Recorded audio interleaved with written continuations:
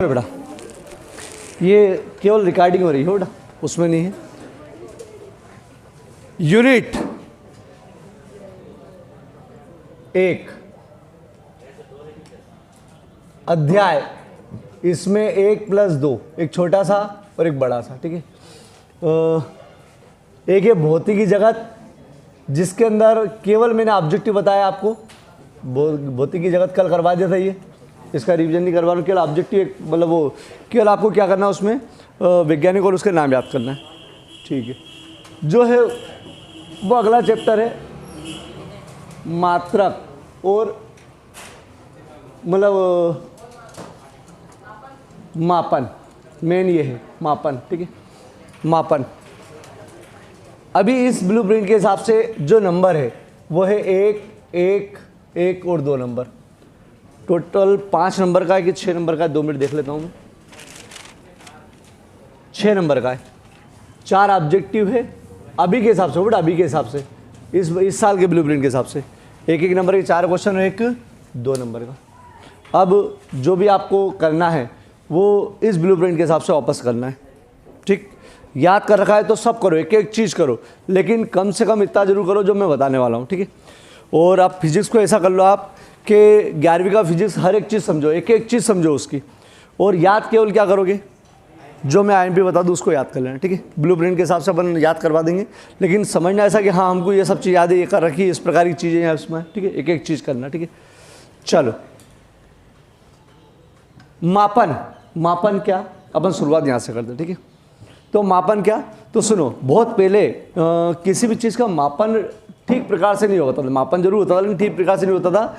कैसे ठीक प्रकार से नहीं होता था कि कोई सी वस्तु अगर कोई सी वस्तु जैसे ये लकड़ी है तो बोले लंबी है, ये लंबी है, किसकी तुलना में, एक और अगर लकड़ी लंबी हो, सॉरी एक और लकड़ी हो तो उसकी तुलना में बोले लंबी है, या एक और लकड़ी बोले इसकी तुलना में ये बड़ी है। तुलना ऐसी होती थी, बस केवल तुलना होती थी। ये भारी है और इससे भारी है, ये गर्म है तो इससे ज़्यादा गर्म है, ठीक। ये तेज़ दौड़ता है तो इससे ज़्यादा तेज़ दौड़ता है, या इससे धीमा दौड़ता है। कंपेरिजन ऐसे ही चलता था पहले केवल, ठीक है। अंदाज से ज़्यादा होता था काम। फिर दिक्कत तो आती थी, तो फिर थोड़ा सा मापन शुरू हुआ।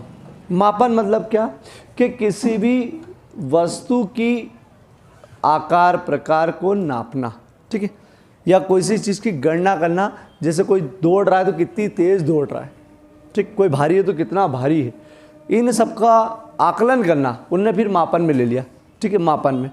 मापन में किसी भौतिक राशि का अगर मापन करते हो तो उन्होंने देखा कि मापन के लिए क्या जरूरी है। मापन के लिए, किसी भौतिक राशि की गणना करने के लिए, उसका अध्ययन करने के लिए, या मापन के लिए क्या चीज़ जरूरी है, तो उन्होंने बोला एक मात्रक और एक संख्यात्मक मान।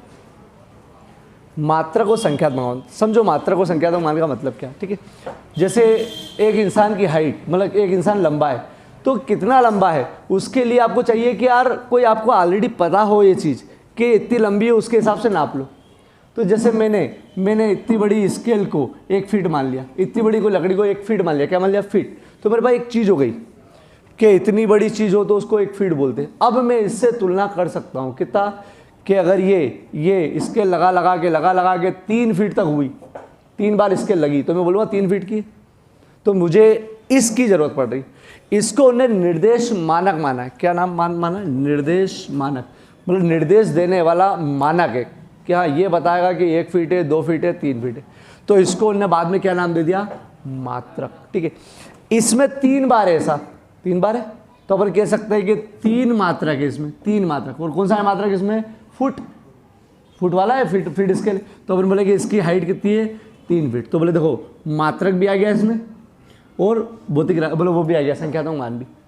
जैसे किसी को तोलना ही है, हमारे पास इतनी बड़ी चीज़ है जिसका द्रव्यमान मान लो 1 kg है, ठीक, द्रव्यमान कितना है, 1 kg। तो अब अगर कोई 10 kg का है तो 10 बार तोलना है उसमें, तो एक से तो मात्रक भी आ गया उसमें, संख्यात्मक।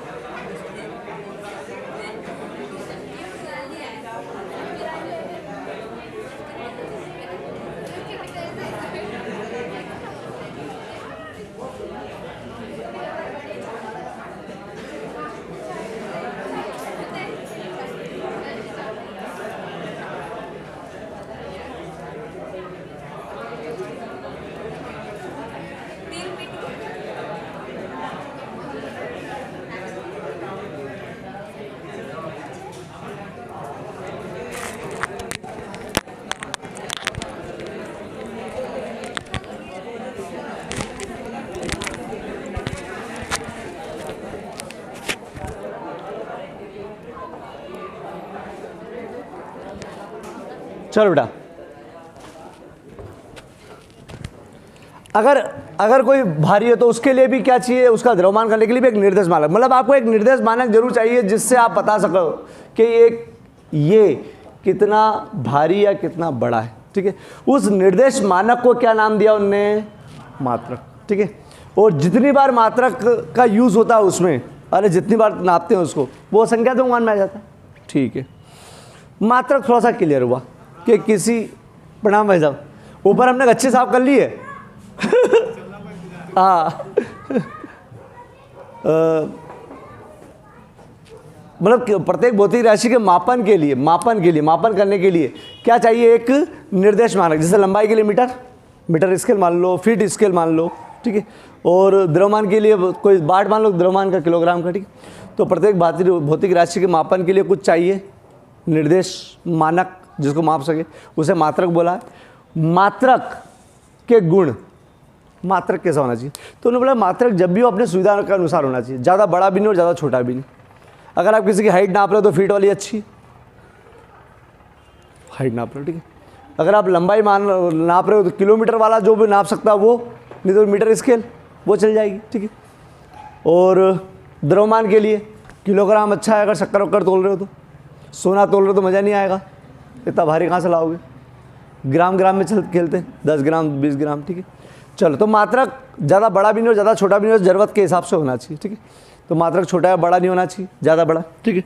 और सर्वमान्य होना चाहिए। सर्वमान्य मतलब सब जगह पर मान्य होना चाहिए। ऐसा नहीं कि तुम 1 किलो लेके गए यहाँ से और अमेरिका गए, बोले भैया 1 किलो लाया, अरे बोले 1 किलो होता है क्या, मैंने भी जानता, वहाँ पर भी 1 किलो मान्य होना चाहिए। तो सर्वमान्य होना चाहिए, सब जगह मान्य होना चाहिए।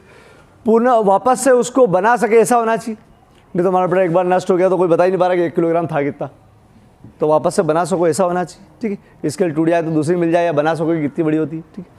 तो ये 2-3 चीज़ है कि मात्रक जब उन्होंने आविष्कार करा तो कुछ चीज़ों का ध्यान रखा, ठीक है, वैज्ञानिकों ने करा, ठीक। चलो, तो सबसे पहले भौतिक राशि का मापन नहीं होता था। भौतिक राशि मतलब लंबाई चौड़ाई ऊंचाई, इसका मापन नहीं होता था। मापन के लिए क्या जरूरत पड़ी उसको, एक तो निर्देश मानक मतलब मात्रक की और संख्यात्मक मान की। तो मात्रक समझ में आई गया कि मात्रक, और मात्रक कोई इतनी जल्दी नहीं बने, बहुत मेहनत करिए। अगर मैंने बोला कि ये 1 किलोग्राम मतलब ये 1 मीटर, तो क्या पूरा विश्व 1 मीटर पहचाने का क्या इसको। तो मात्रक एक जरा से दिन में नहीं बने, सालों लग गए, उसको भी फेमस करने में सालों लग गए, सब चीज़ को मानने में सालों लग गए। समझ में आ गई, बहुत, लेकिन हाँ हो गया, लंबे समय से हुआ था लेकिन हो गया, ठीक है।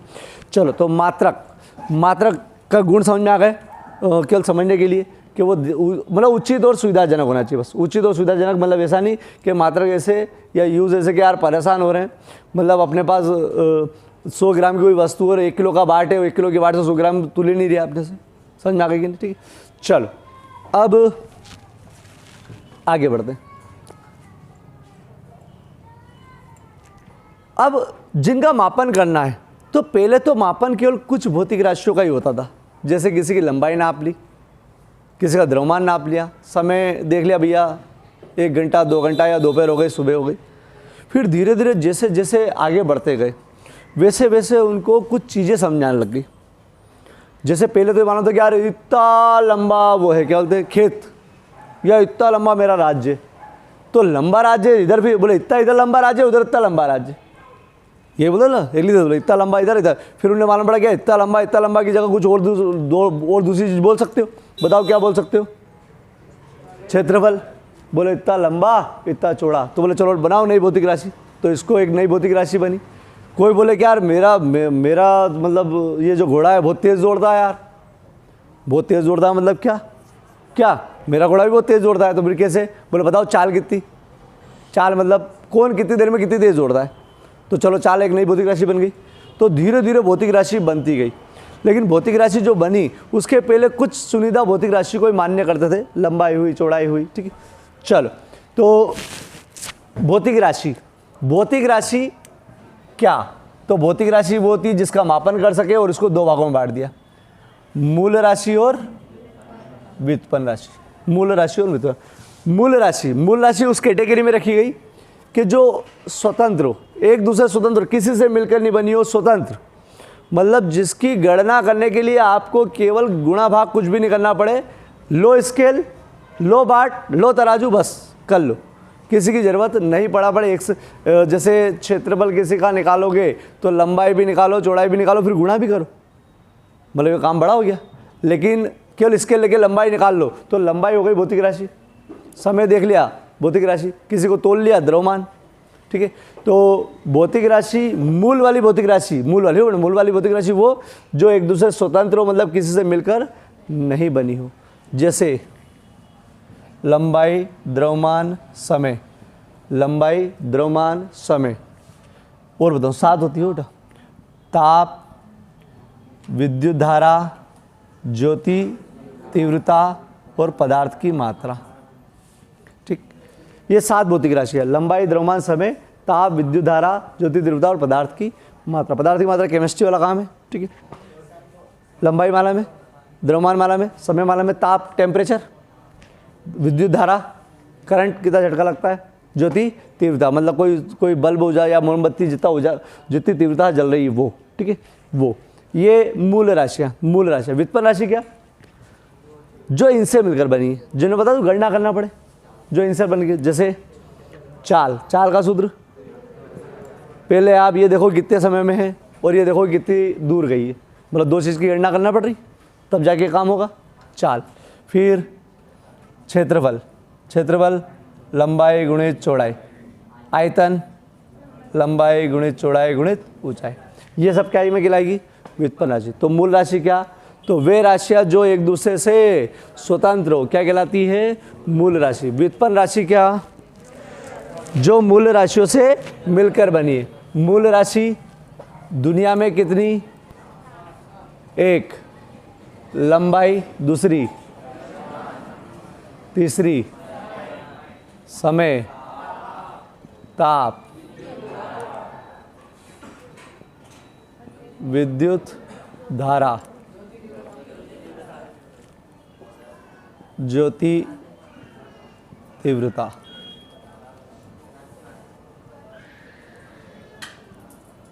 पदार्थ की मात्रा।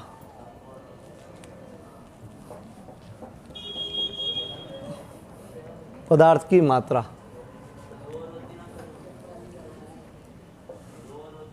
हाँ बताएंगे, वो भी बताएंगे, ठीक है। व्युत्पन्न राशि वे राशियां जो मूल राशियों से मिलकर बनी है। चाल, दूरी बटा समय, क्षेत्रफल, लंबाई गुणित। व्युत्पन्न राशि की संख्या बहुत होती है, बहुत सारी। बल, आयतन, घनत्व और चाल, वेग, त्वरण, विस्थापन, चाल, वेग, त्वरण और कार्य शक्ति, ये सब कौन सी राशि है, व्युत्पन्न राशि। व्युत्पन्न राशि कौन सी, जो मूल राशियों से, और ये 7, ठीक है। चल हो गया, आगे बढ़ते हैं। मात्रकों की पद्धति। बहुत देश, अलग अलग प्रकार के देश अपने अपने हिसाब से चीज़ों को मापते हैं, अपने अपनी मात्रा। भारत में तो बहुत सारी पद्धति चलती है। बहुत सारी पद्धति का मतलब क्या, जैसे हम लंबाई को ज़रूरत के हिसाब से मीटर स्केल से भी नाप लेते हैं जब कपड़ा खरीदने जाते हैं सतत। किसी की हाइट बताते हो तो फीट में बताते, पता है 6 फीट का है, 5 फीट का है। और जब किसी गांव से गांव की दूरी बताते हो तो किलोमीटर में बताते, तो किलोमीटर भी मात्रक हो गया, मीटर भी मात्रक हो गया, फुट भी मात्रक हो गया। ये तो गड़बड़ है ना, कोई क्या बोल रहा है ना, कोई क्या बोल रहा है ना, कोई क्या बोल रहा है, ठीक है। और बता दूँ, कोई द्रव्यमान ग्राम में बोलता है, बोले 2 ग्राम, 3 ग्राम, 10 ग्राम सोना, किलो में शक्कर 1 किलो, 2 किलो, ठीक है। तो और गेहूँ जाए तो क्विंटल, सरिया लेने जाओ तो टन, 2 टन सरिया ने 20 टन सरिया। तो ये मात्रक है, अलग अलग जगह पर अलग अलग मात्रक यूज़ करते हैं। भारत में तो बहुत सारे करते हैं, लेकिन कुछ देश पर्टिकुलर है कि भैया हम लंबाई नापेंगे तो मीटर में ही नापेंगे, कुछ भी हो जाए। अगर हाइट भी किसी की बताए, फीट नहीं बताएंगे, मीटर में बताएंगे। अगर किलोमीटर मतलब गांव से गांव की दूरी बताएंगे तो भी मीटर में कन्वर्ट करके बताएंगे। लेकिन अपने यहाँ सब चलता है, अपने यहाँ सब चलता है। तो मात्रक की जो फेमस पद्धति वैज्ञानिकों ने डिसाइड करी, फेमस पद्धति, वो पद्धति करी है उन्हें 4 के किताबों में जो छाप दी गई 4 फेमस है। तुम भले तुम्हारे हिसाब से कुछ भी रख लो, लेकिन ये 4 पद्धति ऐसी है जो अंतर्राष्ट्रीय स्तर पर इनमें से अधिकांश मान्य है। अंतर्राष्ट्रीय स्तर पर हालांकि एक ही मान्य है, लेकिन कुछ हद तक बोले वो सब देश इसको पहचानेंगे, क्योंकि इस वाली बुक में भी लिखी है। अमेरिका में कोई पढ़ रहा होगा तो अमेरिका की बुक भी ऐसी होगी, फिजिक्स की ऐसी होगी बेटा, अंग्रेजी में होगी, ठीक है, लेकिन वो ऐसी ही होगी। तो इसलिए क्या है कि लगभग मैच खाती, ठीक है। तो मात्रकों की 4 पद्धति। पहला MKS, metre kilogram second. CGS, centimetre gram second.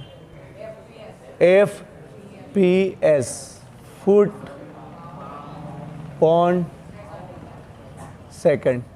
और SI, पहले नाम याद कर लो, MKS, CGS, FPS और SI।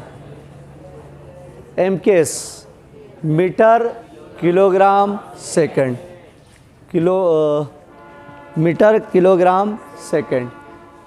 CGS centimetre gram second. FPS foot pound second, foot pound second. MKS लंबाई को मीटर में, MKS का मतलब लंबाई नापेंगे तो मीटर में। द्रव्यमान, समय, ठीक है।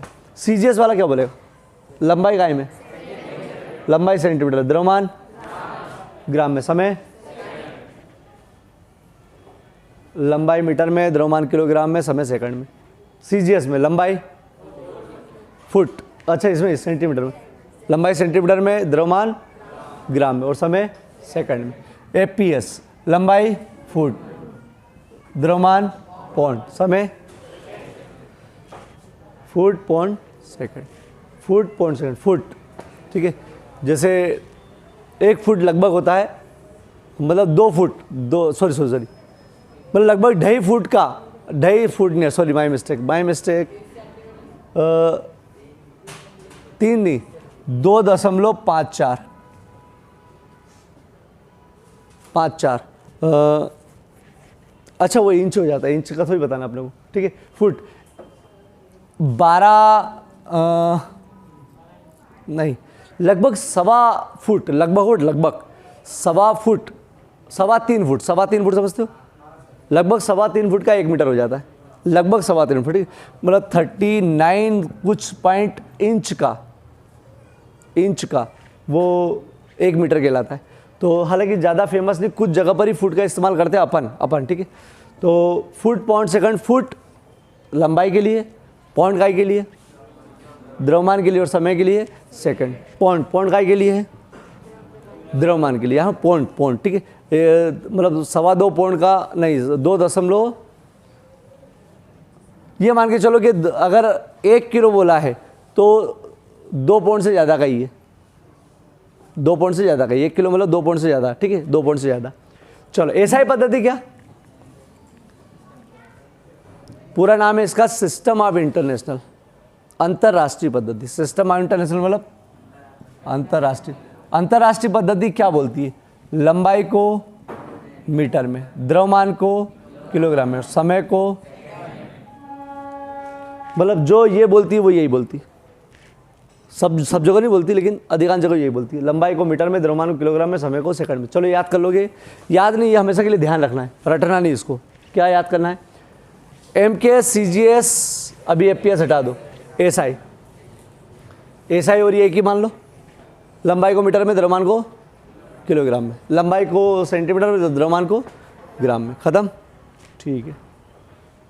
चलो, और SI में भी यही होता है। तो ये मात्रक की पद्धति हो गई। IMP क्वेश्चन, अभी जो बताया उसमें एक IMP क्वेश्चन क्या है, एक IMP क्वेश्चन, मूल राशि और व्युत्पन्न राशि क्या होती है। तो वापस अभी नहीं लिखूंगा मैं, मूल राशि क्या, जो एक दूसरे से स्वतंत्र हो, व्युत्पन्न राशि क्या, जो मूल राशि, एक ही क्वेश्चन। अब दूसरा होता है IMP क्वेश्चन, SI पद्धति में कितनी मूल राशियाँ होती है, उनके नाम, उनके संकेत और मात्रक। SI पद्धति उठा है, SI पद्धति में, चलो SI पद्धति में कितनी मूल राशियाँ होती हैं, इनके नाम, मात्रक और वो, ठीक है। चलो SI पद्धति में राशि, मूल राशि उठा, मूल राशि, उनके मात्रक, कौन से वाले मात्रक, मतलब SI मात्रक, और यहाँ पर संकेत। लंबाई मतलब 7 होती है टोटल। लंबाई का मीटर, द्रव्यमान का पूरा लिखो, समय का, ताप का, विद्युत धारा का, ज्योति द्रव्यता का, कैंडला, पदार्थ की मात्रा का, मोल, मीटर, केजी, एस, केल्विन का कैपिटल के, एम्पियर का, कैंडला का, सीडी, मोल का। ये एसआई पद्धति में 7 मूल राशियाँ होती है और बाद में 2 पूरक निकली है, मतलब बाद में उनको भी मूल राशि में नाम दिया लेकिन बाद में, ठीक है, तो उसको बोलते हैं पूरक मूल। पहला, दूसरा समतल कोण का होता है रेडियन, रेडियम नहीं, radian, RAD, RD, radian, RAD थे, RD, हाँ RAD लिख दो, कोई दिक्कत नहीं इसमें, ठीक है। तो समतल कोण रेडियन, समतल कोण को रेडियन, रेडियन, रेडियन, रेडियन, और घन कोण को मालूम रेडियन ही है ये, रेडियन, बस इससे लग जाता है, SR, अरे स्टेरेडियन। हाँ बेटा, हाँ, तो समतल कोण पहले बता दूँ। समतल कोण मतलब अपना नॉर्मल कोण, ठीक है। समतल कोण एक तो डिग्री सेंटीग्रेड, डिग्री बोलता है डिग्री, 30 डिग्री, और एक पाई में भी होता है वो रेडियन, ठीक है। घन कोण मतलब जोकर की टोपी के बीच में जो बनता है वो घन कोण, सही है, वो जो आकार है वो घन कोण, जोकर की टोपी के बीच में, समझ में आ गई? हो जाएगा, ठीक। चलो, ये अब इसकी क्वेश्चन वापस सुन लो। एसआई पद्धति में 7 मूल राशियाँ, 2 पूरक मूल राशियाँ होती है, इनके नाम याद हो जाएंगे, ठीक है। ये करवा दिया पहले हो, उसमें तो देख लेना, मतलब पूरा डिटेल में तो आपके पास है ही सही, सब वीडियो अलग अलग है, ठीक है। चलो, और जिसके पास लिखा हुआ नहीं हो कैसे लिख लेना, IMP लिख लेना भले ही, ठीक है। ये इसके संकेत है, ठीक, हो जाएगा। चलो, एसआई पद्धति की विशेषता, ये जो एसआई पद्धति इसकी विशेषता क्या है, विशेषता मतलब फ़ायदा क्या है, ठीक है। तो पहली चीज़, ये अंतर्राष्ट्रीय पद्धति होती है। क्या मतलब अंतर्राष्ट्रीय पद्धति होती है? ये अंतर्राष्ट्रीय स्तर पर मान्य होती है। यहाँ अगर मैं बोलूँ कि 2 मीटर की कोई चीज़ ले गया हूँ तो अमेरिका में 2 मीटर मान्य हो जाएगा, नहीं तो गड़बड़ हो जाएगी, ठीक है। जैसे अपन ये बोलते कि यार हमारे पास 2 बीघा खेत है, तो 2 बीघा वो समझते ही नहीं है, वो एकड़, हेक्टेयर ऐसी चीज़ समझते हैं। तो कुछ ऐसे मात्रक होते हैं जो यहाँ चलते हैं, दूसरे को चलते ही नहीं, इसलिए क्या है कि ये अंतर्राष्ट्रीय पद्धति है, ठीक है। पहली अंतर्राष्ट्रीय। दूसरा, ये दार्शनिक पद्धति है। दार्शनिक का मतलब क्या, सुनना बेटा, कि जैसे 1 मीटर बराबर 100 सेंटीमीटर, तो ये मीटर ऐसा ही पद्धति है। अगर गलती से भी सेंटीमीटर में लाना हो तो आप 10 की घातों में लिख सकते हो, समझते हो? 10 की घातों में 1 मीटर बराबर 10 की घात 2 सेंटीमीटर। 1 मीटर नहीं, 1 किलोमीटर बराबर होता है 1000 मीटर। अगर इसको कन्वर्ट करना हो तो 10 की घात 3 मीटर लिख सकते हो। तो बोलते 10 की घातों में दर्शा सकते हैं, दशमलव में दर्शा सकते हो, मतलब ये दार्शनिक पद्धति। तो पहला क्या बताया था मैंने, अंतर्राष्ट्रीय पद्धति, मतलब ये अंतर्राष्ट्रीय स्तर पर मान्य है, इसके मात्रक अंतर्राष्ट्रीय स्तर पर मान्य, ये बोल देंगे अपन। दूसरा क्या बोलेंगे अपन, यह दार्शनिक पद्धति, ठीक है। तीसरा, इसमें एक भौतिक राशि का केवल एक ही मात्रक होता है, समझना इसको, एक भौतिक राशि का एक ही मात्रक। जैसे ऊर्जा का मात्रक, ऐसा ही मात्रक मालूम क्या है, जूल। ऊर्जा का ऐसा ही मात्रक जूल है, केवल जूल ही है। फिर वो विद्युत ऊर्जा होगी तो भी जूल, ऊष्मीय ऊर्जा होगी तो भी जूल, गति ऊर्जा होगी तो भी जूल, सब में क्या आएगा, जूल, ठीक है। लेकिन उसमें CGS में और इसमें अलग अलग हो जाता है। किसी में कैलोरी ऊर्जा का मात्रक, सुना होगा कैलोरी, कैलोरी है। और इलेक्ट्रॉन वोल्ट आगे बारी में आएगा, इलेक्ट्रॉन वोल्ट भी ऊर्जा का मात्रक है, इलेक्ट्रॉन वोल्ट ऊर्जा का मात्रक है। तो इस पद्धति में अच्छा चीज़ है कि एक भौतिक राशि का केवल एक ही मात्रक, मतलब ऐसा ही मात्रक अगर जूल है तो फिर जूल ही है, ऊर्जा हो कोई सी भी ऊर्जा, ठीक है। तो इसमें एक पद्धति का मात्रक केवल एक ही होता है। चौथा, इसमें व्युत्पन्न मात्रकों को मूल मात्रक की उचित मतलब गुणा या भाग से प्राप्त करते। क्या समझ हो? व्युत्पन्न मात्रक को मूल मात्रक के गुणा या भाग से प्राप्त करते। समझना। जैसे चाल, दूरी बटा समय। दूरी मीटर, दूरी मतलब क्या? लंबाई। दूरी का मात्रक मीटर। समय का तो अपन बोले मीटर पर सेकंड। भाग देने पर चाल का आ गया, ये व्युत्पन्न है, ये व्युत्पन्न राशि का मात्रक है। तो इसमें व्युत्पन्न राशि के मात्रक को मूल राशि के गुणा या भाग से प्राप्त करते हैं। गुणा वाला भी देख लेते हैं। क्षेत्रफल, लंबाई गुणित चौड़ाई। लंबाई मीटर, चौड़ाई मीटर। मीटर की घात मतलब 2 बार लंबाई का गुणा करते हो तो कह सकते हो कि क्या है ये मीटर स्क्वायर। मतलब ये दो राशियों, दो मूल राशियों का, दो मूल मात्रा को गुणा करने पर प्राप्त हो गया इसका। तो चौथा पॉइंट क्या बताया इसका कि इसमें व्युत्पन्न मात्रकों को मूल मात्रकों के गुणा या भाग से प्राप्त कर सकते। 4 विशेषता वापस से सुन लो क्योंकि BIMP है। इसके मात्रक अंतर्राष्ट्रीय स्तर पर मान्य है। यह एक दार्शनिक पद्धति होती है। इसमें एक भौतिक राशि का केवल एक ही मात्रक होता है। लास्ट क्या बताया?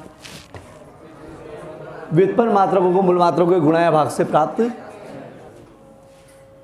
ठीक है, क्या तो हो गया? ठीक है, चलो। मूल मात्रक और व्युत्पन्न मात्रक क्या? तो मूल मात्रक क्या? तो वे मात्रक जो एक दूसरे स्वतंत्र और मूल मात्रक कहलाते हैं। वे मात्रक जो एक दूसरे स्वतंत्र और मूल मात्रक, ये रहे 7 होते हैं। व्युत्पन्न मात्रक क्या? मूल मात्रकों से मिलकर बने। जैसे चाल का मीटर पर सेकंड, मीटर का स्क्वायर, ये क्या हो गए? व्युत्पन्न मात्रक। तो वे मात्रक जो मूल मात्रकों से मिलकर बनते हैं क्या कहलाते हैं? व्युत्पन्न। ठीक है, व्युत्पन्न मात्रक। अब आगे बढ़ते हैं। ठीक है,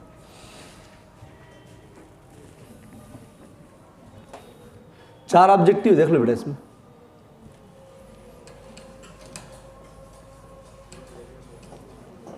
कल कितने बजे आना है भैया? अरे यहाँ नहीं आना, अरे 4 से 6 एक जनों को 10 जनों को लेके आना है, साइन करना है पूरा। जो आ सकता है 4 से 6 के बीच में कभी भी उधर से निकलो, ऑटोग्राफ। ठीक, जो तुम आप ब्लू और ब्लैक के पेन रहेंगे, तुम अगर रेड के पेन ला दो, नहीं वह स्केच पेन रहेंगे, कहाँ से लाओगे? ठीक है, चलो अब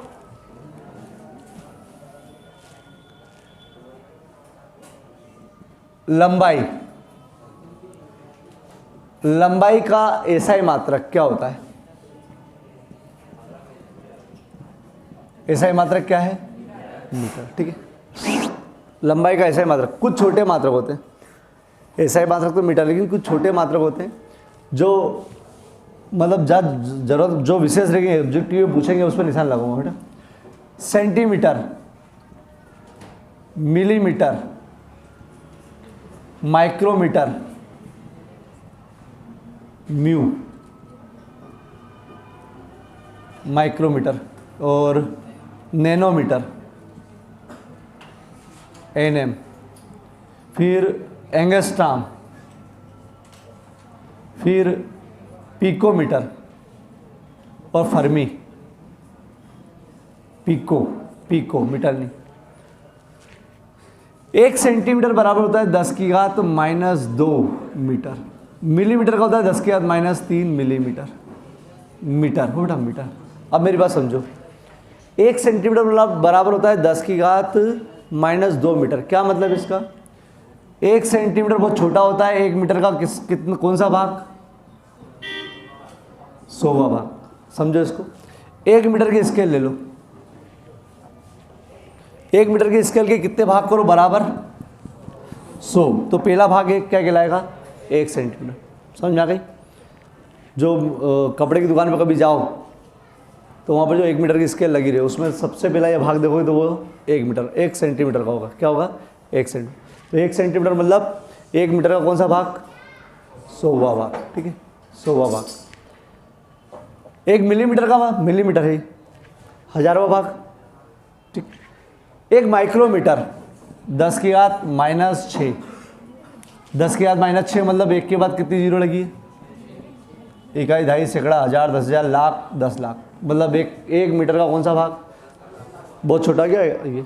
एंगस्ट्रॉम और खतरनाक है। नैनोमीटर 10 की घात -9 मीटर। एंगस्ट्रॉम 10 की घात -10 मीटर। एंगस्ट्रॉम को 1 के ऊपर 0 भी लिखते हैं।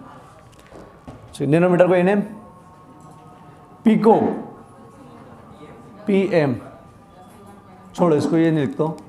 10 की घात -12 मीटर, याद करो। फर्मी लास्ट 10 की घात -15 मीटर। ज़्यादा आयाम है माइक्रो, नैनो, एंगस्ट्रॉम और फर्मी। ये आयाम है बहुत ज़्यादा बार, ये बहुत ज़्यादा आयाम है, इनको रटना पड़ेगा बेटा, और ये आगे तक काम आते हैं बेटा, आगे तक।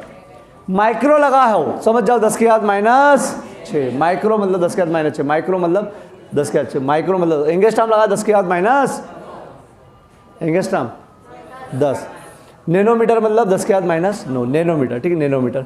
और फर्मी ज़्यादा लगेगा 10 की घात -, ये छोटे हैं, बहुत छोटे छोटे, बहुत छोटे छोटे।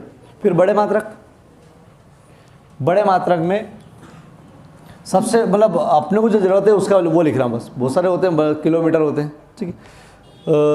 एक होता है प्रकाश वर्ष, बहुत आएम बेटा, प्रकाश वर्ष।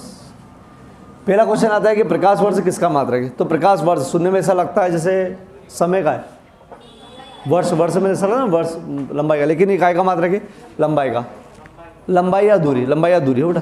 तो एक प्रकाश वर्ष क्या होता है? तो एक प्रकाश वर्ष होता है कि एक वर्ष में प्रकाश द्वारा चली गई दूरी, एक वर्ष में प्रकाश द्वारा चली गई दूरी, एक वर्ष में प्रकाश द्वारा चली गई दूरी को क्या नाम दिया उन्होंने? एक प्रकाश वर्ष। एक वर्ष में प्रकाश द्वारा चली गई दूरी को एक प्रकाश वर्ष कहते हैं। एक वर्ष में प्रकाश द्वारा चली गई दूरी को एक प्रकाश वर्ष कहते हैं।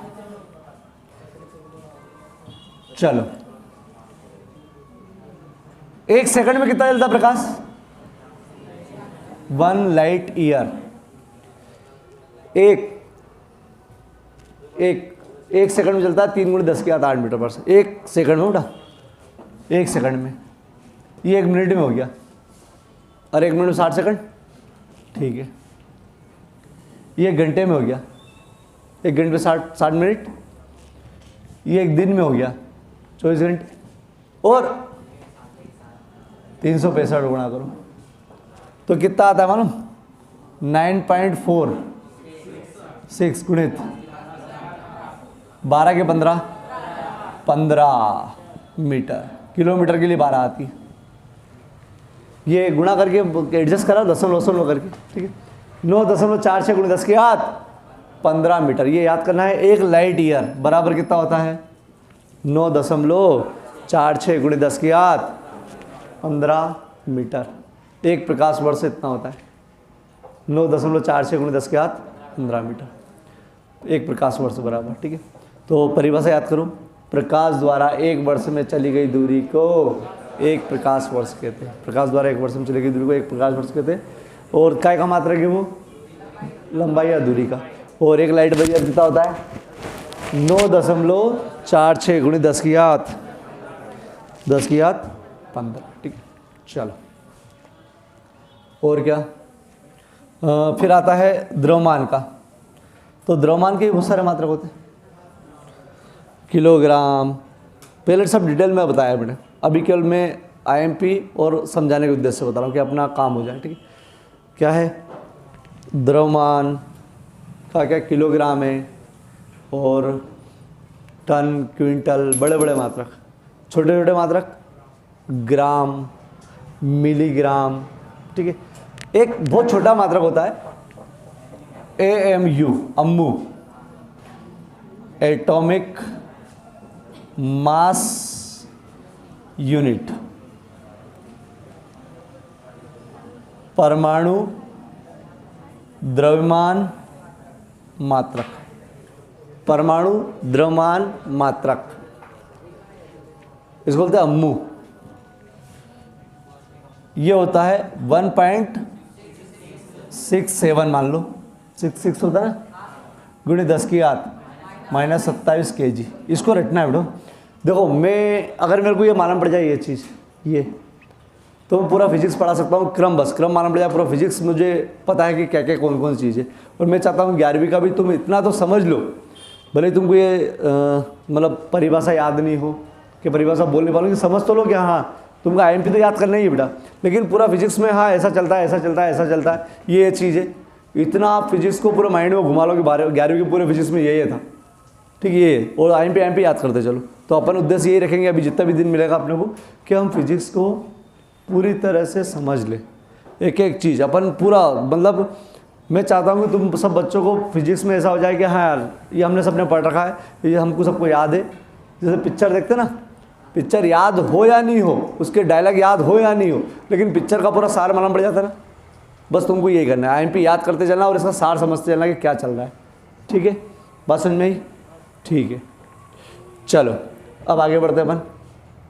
प्रकाश वर्ष हो गया, ये भी हो गया। आगे क्या था, कोई पन्ना बताएगा कि आगे का आज समय है तो बता ही दूँ। और हाँ हाँ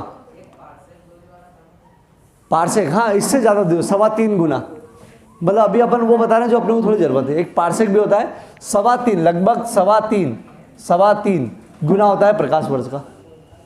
मतलब वो ये प्रकाश वर्ष और ये काय के लिए यूज़ करते हैं, एक तारे से दूसरे तारे की दूरी, ग्रह से तारे की दूरी, पृथ्वी से सूर्य की दूरी, इसके लिए नापते हैं। तो पार्सेक भी होता है एक, ठीक है। तो अपन ने अभी थोड़ा सा वो कर रहे हैं कि ठीक, चलो इसके बाद किसी के पास है पुराना मापन की त्रुटि, तो फिर अलग टॉपिक हो जाएगा, ठीक है। हाँ वो अलग टॉपिक हो जाएगा। तो अभी आज अपन यहाँ तक बहुत है, ठीक है। पहले आप IMP क्वेश्चन लिख लो कि जो आपको करना ही है। IMP क्वेश्चन है बेटा, क्या मेरी बात मान लिख लो, एक कहीं ना कहीं एक पेज बना लो, हाँ पेज का भी पीछे कहीं लिख लो, ताकि तुमको अब क्योंकि ब्लूप्रिंट के हिसाब से अब IMP भी यही है, सब कुछ यही है, IMP भी यही है, और ऑब्जेक्टिव सब एक साथ लिखाऊंगा बेटा, ऑब्जेक्टिव सब एक साथ लिखाऊंगा। लिखो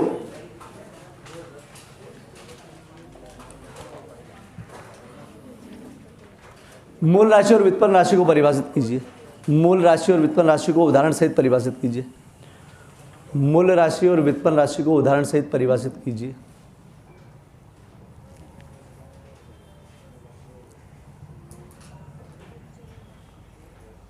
मूल राशि और व्युत्पन्न राशि को उदाहरण सहित परिभाषित कीजिए।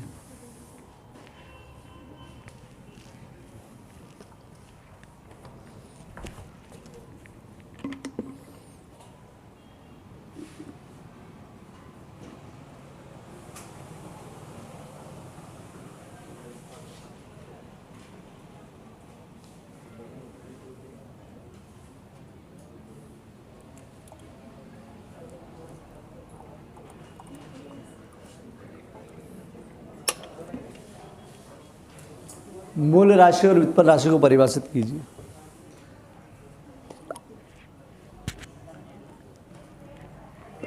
अगला क्या, एसआई पद्धति में कितनी मूल तथा पूरक मूल राशियां होती है?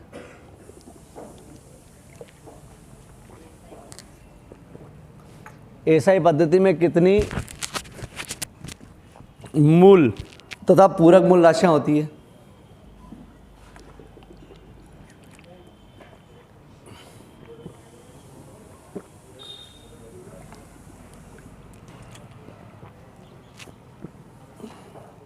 इनके नाम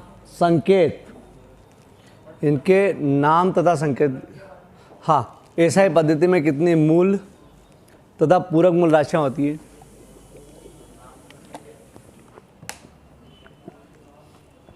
इनके नाम एसआई मात्रक, सॉरी बेटा, नाम एसआई मात्रक तथा संकेत लिखिए। नाम एसआई मात्रक तथा संकेत लिखिए। नाम एसआई मात्रक तथा संकेत लिखिए।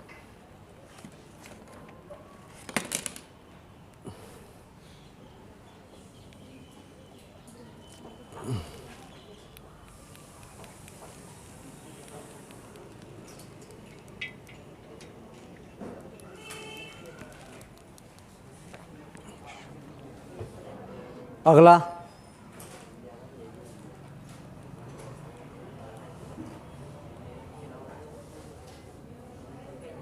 मूल मात्रक और व्युत्पन्न मात्रक को उदाहरण सहित परिभाषित कीजिए। मूल मात्रक तथा व्युत्पन्न मात्रक को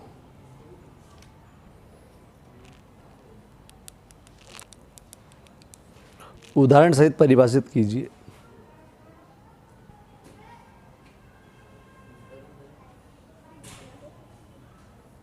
उदाहरण सहित परिभाषित कीजिए।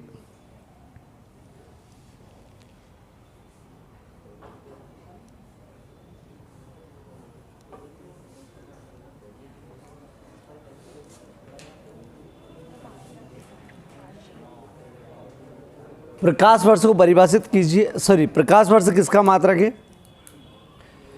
प्रकाश और नहीं नहीं नहीं नहीं नहीं नहीं नहीं ऐसा लिखो, एसआई पद्धति की विशेषताएं लिखिए।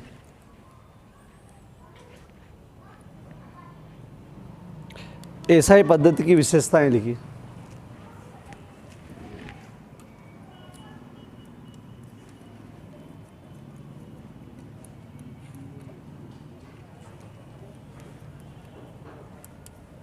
एसआई पद्धति की विशेषताएं लिखिए। अगला,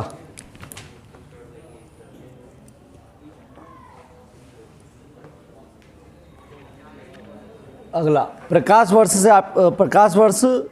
से आप क्या समझते हैं किसका मात्रक है? प्रकाश वर्ष से आप क्या समझते हैं किसका मात्रक है?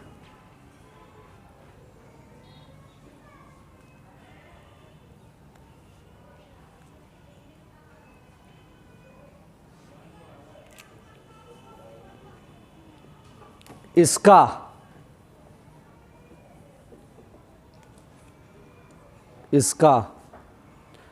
मीटर से संबंध लिखिए। इसका मीटर से संबंध लिखिए।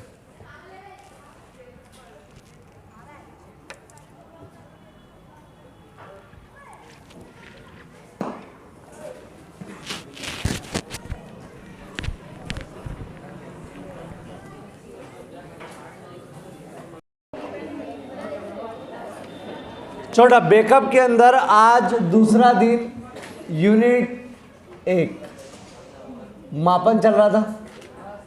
एक नंबर का एक नंबर का 2, बोलो 6 नंबर का आएगा, जिसमें 4 ऑब्जेक्टिव और 1 2 नंबर का। यही था क्या? ठीक है, नए ब्लूप्रिंट के हिसाब से यही है। ठीक है, चलो कल अपन ने जो पढ़ा था वो था, तुम देखना, अब आगे बढ़ता। ठीक है, यथार्थता, समझना यथार्थता क्या। सबसे पहले वैज्ञानिकों ने सोचा कि अपन किसी चीज़ की गणना कर सकते हैं, किसी की लंबाई नाप सकते, तो मात्रक की जरूरत पड़ी कि भैया काय से नाप सकते, तो भैया लंबाई के लिए मीटर का स्केल का इस्तेमाल करा और दूसरी चीज़ का भी इस्तेमाल करा। ठीक है, द्रव्यमान के लिए किलोग्राम का, मतलब द्रव्यमान नापने के लिए तराजू बाट इनका इस्तेमाल करा। चलो, अब मापन शुरू हो चुका था। मतलब क्या कि किसी चीज़ की गणना शुरू हो चुकी थी। ठीक, उसमें एक वर्ड आता है यथार्थता। तो जैसे किसी को मापने के लिए दिया, समझो, मापने के लिए दिया, एक लकड़ी ले ली, लकड़ी को किसी को मापने के लिए दिया। ठीक है, जिन्हें मापने के लिए दिया उसको ऑलरेडी पता थी कि इसका मान है 10.8 सेंटीमीटर। ऑलरेडी पता था उसको कि 10.8 सेंटीमीटर ऑलरेडी पता है। किसी को दे दी, भैया नाप तो यार। उन्हें नापी, ए ने बोले यार 10.7 सेंटीमीटर है। बी ने नापी 10.5 सेंटीमीटर है।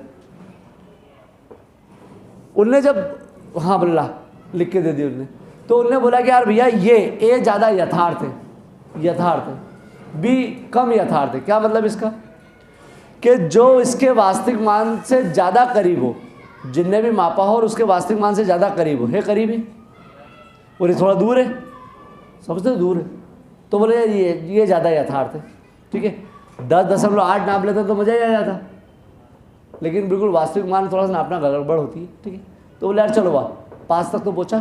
ठीक है, तो भौतिक राशि के मापन में जो उसके वास्तविक मान तक पहुँच जाए, जो उसके वास्तविक मान के करीब हो, उसे क्या नाम दिया? यथार्थता या यथार्थ मान। ये यथार्थ मान है, और ये पूरी जो बिल्कुल 5 तक पहुँचा है उसको बोलते हैं यथार्थता। ठीक है, तो किसी भौतिक राशि के मापन में उसके वास्तविक मान के करीब जो मान होता है, वास्तविक मान के जो करीब मान होता है उसे बोलते हैं यथार्थ मान या यथार्थता बोलते हैं। ठीक है, क्लियर हो गई ये चीज़? ठीक है। कभी कभी अपन गिनने को देते ना कि यार मैंने आपको एक गड्डी दे दी 100 की, अरे 100 नोट की, वो कितने के भी हो, आपने नापा, मेरे को माना था 100 है, आपने नापा, कोई 98 बता रहा है, कोई 99 बता रहा है, तो यथार्थ कौन है, 99 वाला कि 98 वाला? मतलब वो कहाँ तक पहुँच गया है? 5 तक पहुँच गया। ठीक है, चलो यथार्थता, फिर परिशुद्धता। परिशुद्धता समझना हो, परिशुद्धता जैसे मैंने इसको नापा था 10.8 सेंटीमीटर, ये हो सकता है 10.825 सेंटीमीटर हो। क्या मतलब? इसका क्या मतलब? 10.825 सेंटीमीटर मतलब क्या कि 10.8 सेंटीमीटर से भी थोड़ी सी बड़ी होगी, अरे जरा सी बड़ी होगी ये, लगभग के लिए उन्हें चलने दिया यार, अपने चलने दो यार 10.8।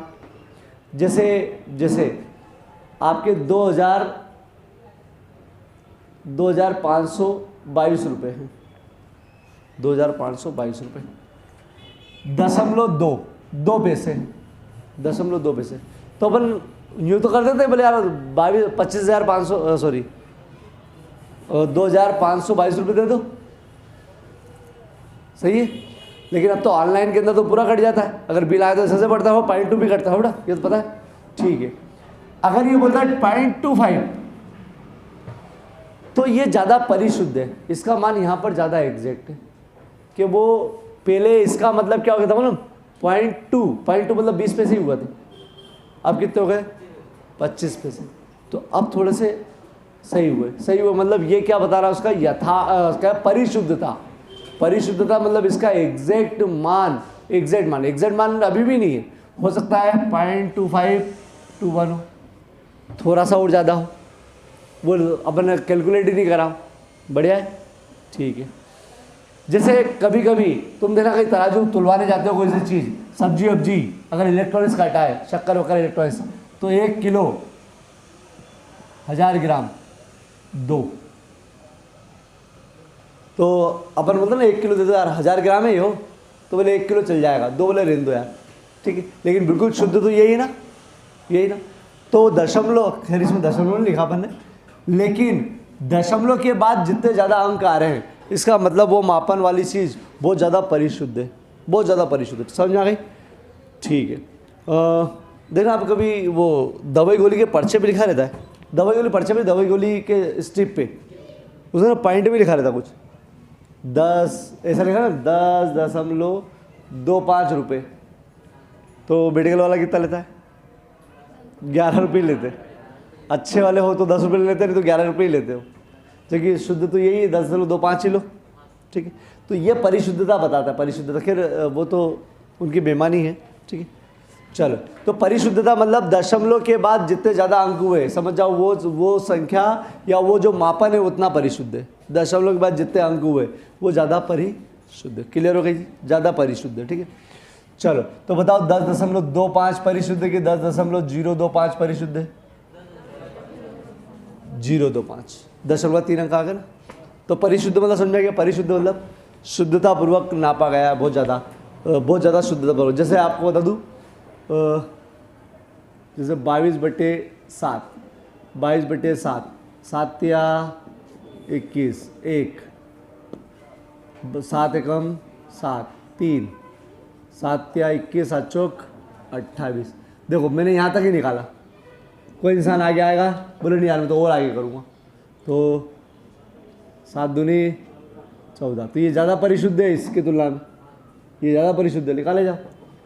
तो दशमलव के बाद ज़्यादा अंक आए तो वो ज़्यादा परिशुद्ध, तो परिशुद्ध समझेंगे। यथार्थ मतलब आप बिल्कुल मान के करीब हो, और परिशुद्ध मतलब आपने बहुत अच्छा मापा, और बहुत बढ़िया नापा, बहुत बढ़िया, वाह वाह। ठीक है, मतलब बहुत छोटी चीज़ को भी माप लिया आपने। ठीक है, चलो अब आती है त्रुटि। आप कुछ भी करो, कितने भी परफेक्ट हो, आपसे गलतियाँ जरूर होती है, जो गलतियाँ होती है वो होती है त्रुटि। मापन की अनिश्चितता को त्रुटि कहते हैं। क्या मतलब? अगर मैं किसी चीज़ को मापा और उसका एग्जैक्ट मान नहीं आ रहा है तो अपन बोलेंगे यार त्रुटि है, ठीक है। हर चीज़ में त्रुटि होती है, किसी में बहुत कम और किसी में ज़्यादा त्रुटि जरूर होती है, ठीक है। तो मापन की अनिश्चितता, अनिश्चितता मेरे को सही नहीं आ रहा, अनिश्चितता को क्या नाम दिया? त्रुटि। हो गया। मापन की अनिश्चितता को क्या नाम दिया? त्रुटि। त्रुटि घनी प्रकार की होती है, उसमें पहली क्रमबद्ध, दूसरी यादृच्छिक, तीसरी आपेक्षिक नहीं निरपेक्ष, चौथी आपेक्षिक और प्रतिशत। ये खास खास बताइए बना, यूँ तो बहुत सारी होती है। प्रतिशत, ठीक है। चलो सबसे पहले क्रमबद्ध त्रुटि। क्या क्रमबद्ध त्रुटि? यंत्र की बनावट, यंत्र की बनावट, यंत्र की बनावट, मापनकर्ता की माप नहीं, अपूर्ण तकनीक पहले ले लो, अपूर्ण तकनीक, अपूर्ण तकनीक, भौतिक अवस्था में परिवर्तन, भौतिक अवस्था में परिवर्तन और व्यक्तिगत माप। सुनो, यंत्र की बनावट, जिस चीज़ से आप नाप रहे हो उसके यंत्र में खराबी हो। जैसे आप किसी चीज़ की लंबाई नाप रहे हो, आपकी इसके लिए ख़राब है, उसके अंदर कोई चीज़ कटी हुई है या कोई चीज़ कम है या दांते मतलब वो जो गेप है वो कम ज़्यादा है, अगर आपकी बना वो यंत्र ही खराब है तो फिर मापन भी सही नहीं होगा, ठीक है। तो यंत्र की बनावट के कारण अपूर्ण तकनीक, अपूर्ण तकनीक मतलब क्या? जैसे आप किसी की लंबाई नाप रहे हो, यहाँ इतनी लंबाई नाप रहे हो, आपने लंबाई नापने के लिए यहीं तक ही नापी, बस टेक्निक गलत है। या फिर आपने यहाँ टेप रखी और टेप उधर लेगा वहाँ, इधर सीख लें, ये टेक्निक गलत है, आपकी टेक्निक गलत है ना, ठीक है। वो अपूर्ण तकनीक। भौतिक अवस्था में परिवर्तन, भौतिक अवस्था में परिवर्तन मतलब क्या हुआ ना कि कभी कभी क्या हमेशा होता है, ठंड गर्मी बरसात मौसम का प्रभाव पड़ता है भैया। ठंड में चीज़ें सिकुड़ जाती है, सही है क्या? गर्मी में फैल जाती, तो हो सकता है उपकरण या वस्तु गर्मी में ज़्यादा फैल जाए, धूप में वो ज़्यादा फैल गई तो भी गलत आएगा, ठंड में ज़्यादा सिकुड़ गई तो भी गलत आएगा, एग्जैक्ट मान नहीं आएगा, ठीक है। फिर उसका एवरेज निकालते हो, ठीक है। तो भौतिक अवस्था में परिवर्तन के कारण भी अगर त्रुटि हो तो भी क्रमबद्ध त्रुटि। फिर बचता है व्यक्तिगत त्रुटि। व्यक्तिगत मतलब मस्ती करते हुए, बात करते हुए काम कर रहा हूँ तो गलत मापेगा इसे, और गलत मापते ही बेटा, ठीक है। तो वो वाली त्रुटि कौन सी कहलाती है? व्यक्तिगत त्रुटि, व्यक्तिगत जो गलती होती है वो।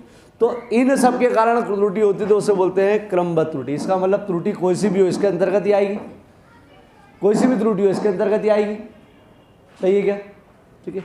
तो सुनो, यंत्र की बनावट, अपूर्ण तकनीक, यंत्र की बनावट, अपूर्ण तकनीक, भौतिक अवस्था में परिवर्तन और व्यक्तिगत माप के कारण होने वाली त्रुटि या व्यक्तिगत के कारण होने वाली त्रुटि को क्या नाम दिया उन्होंने? क्रमबद्ध। यंत्र की बनावट, अपूर्ण तकनीक, भौतिक अवस्था परिवर्तन और व्यक्तिगत माप के कारण जो त्रुटि होती है उसे या चल। फिर यादृच्छिक त्रुटि क्या? तो यादृच्छिक त्रुटि समझो बेटा, किसी चीज़ की अपन ने, किसी भौतिक राशि का अपन बार बार मापन ले रहे हैं, बार बार, जैसे लंबाई नाप रहे हैं बार बार, और बार बार अलग अलग मान आ रहा है। जब भी नाप रहा है तो उसका मान अलग आ रहा है। पहले 10.2 आया, फिर 10.1 आ गया, फिर 9.8 आ गया, 9.9 आ गया। जब भी नाप रहे हैं कुछ न कुछ उसका मान अलग अलग आ रहा है। तो प्रत्येक बार पाठ्यांक लिया है, प्रत्येक बार उसका मान अलग अलग आए, तो इस समय जो त्रुटि हो रही है उसको क्या नाम दिया? यादृच्छिक त्रुटि। इसका कोई कारण नहीं, कुछ भी हो सकता है, कुछ भी। एक बार आपने खुद ने गलती करी, एक बार उपकरण ने गलती करी, एक बार भौतिक अवस्था में परिवर्तन हुआ, कुछ भी गलती हो सकती है, कोई विशेष कारण नहीं है। तो इस समय होने वाली त्रुटि को क्या नाम दिया उन्होंने? यादृच्छिक त्रुटि। तो यदि किसी भौतिक राशि का बार बार पाठ्यांक लिया जाए और प्रत्येक बार उसका मान अलग अलग आए तो उसे बोला यादृच्छिक त्रुटि।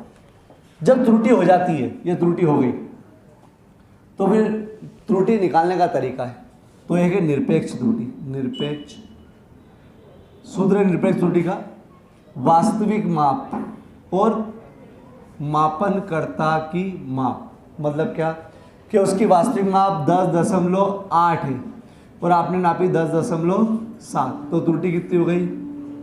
0.8। या फिर आपने नापी 10.9, तो त्रुटि कितनी हो गई? -0.1। सही है, -0.1 माइनस आएगी ना। तो इसको बोलते हैं निरपेक्ष त्रुटि। क्या? वस्तु की वास्तविक माप और मापनकर्ता की माप के अंतर को निरपेक्ष त्रुटि। वस्तु की वास्तविक माप और मापनकर्ता की माप के अंतर को निरपेक्ष। मैं फिर बोला, मैं 50 बार भले रिवीजन करवा दूँ, जब तक तुम खुद याद नहीं कर रहे हो तब तक इसका कोई मतलब नहीं बेटा, परेशान हो जाओगे, मतलब कोई मतलब नहीं तुम इस चीज़ का, ठीक है। तो मैं पहला अध्याय और जोड़ रहा हूँ इसमें। थैंक यू क्या बोलना उसमें यार, मतलब ये मापन और जोड़ रहा हूँ, और वो ऑब्जेक्टिव भी हो, मापन भी जोड़ रहा हूँ, ऑब्जेक्टिव भी जोड़ रहा हूँ। बढ़िया, खुश। हाँ, उसमें इसके मैं IMP अलग दूँगा, रोज़ लिखूँगा, आज भी लिखूँगा, कल भी लिखूँगा इसके तो इसका हो जाएगा, कल तक ख़त्म हो जाएगा ये, और उसके पहले हो ही चुके, ठीक। चलो, आपेक्षिक त्रुटि क्या?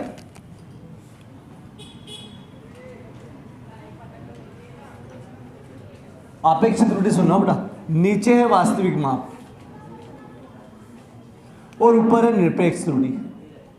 मतलब ये त्रुटियां निकालने का तरीका रखा हमने कि किसी वस्तु की निरपेक्ष त्रुटि और उसकी वास्तविक माप के अनुपात को आपेक्षिक त्रुटि कहते हैं। किसी वस्तु की निरपेक्ष त्रुटि और उसके वास्तविक माप के अनुपात को क्या नाम दिया? आपेक्षिक। किसी वस्तु की निरपेक्ष त्रुटि और उसके वास्तविक मान के अनुपात को आपेक्षिक त्रुटि। और जब इसको प्रतिशत में व्यक्त करते हैं, प्रतिशत में व्यक्त करने के लिए केवल क्या करते हैं? 100 का गुणा, ठीक है।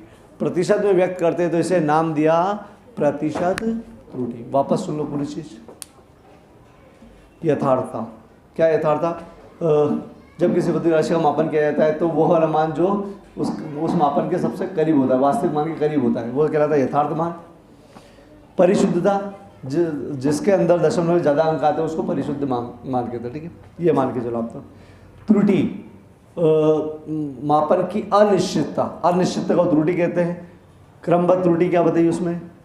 यांत्रिक बनावट, अपूर्ण तकनीक, भौतिक अवस्था में परिवर्तन और व्यक्ति माप के कारण होने वाली त्रुटि को क्रमबद्ध। याद रखिए क्या, यदि किसी भौतिक राशि का पाठ्यांक बार बार लिया जाता है और प्रत्येक बार उसका मान अलग अलग आता है तो यादृच्छिक त्रुटि। इसके कोई कारण नहीं होता, कोई विशेष कारण नहीं बेटा, ठीक है। तो फिर निरपेक्ष त्रुटि, वास्तविक मान और मापनकर्ता की माप के अंतर को निरपेक्ष त्रुटि। आपेक्षिक त्रुटि क्या? निरपेक्ष त्रुटि और उसके वास्तविक माप के अनुपात को क्या नाम दिया? आपेक्षिक त्रुटि। जब इसे प्रतिशत में व्यक्त करते हैं तो इसे प्रतिशत त्रुटि कहते हैं। चलो अब सार्थक अंक। सार्थक अंक गणित वालों ने खुद ने, हालांकि फिजिक्स नहीं, गणित की देन एक तरीके से, या फिजिक्स में यूज होते ज़्यादा इसलिए मान लो उनका। बाकी सार्थक अंक क्या बोला है, ठीक है। किसी भी भौतिक राशि की यथार्थता मतलब उसकी शुद्धता को बताने के लिए जिन अंकों का उपयोग करते हैं उसे बोलते हैं सार्थक अंक। समझो इसको, सार्थक अंक। सार्थक अंक 4 ऑब्जेक्टिव आएंगे, ध्यान रखना बेटा, तो छोटी छोटी चीज ऑब्जेक्टिव में आई जाएगी। किसी भौतिक राशि की यथार्थता को मापने के, बतलाने के लिए जिन अंकों का उपयोग करते हैं उसे सार्थक अंक कहते हैं। समझना क्या मतलब इसका।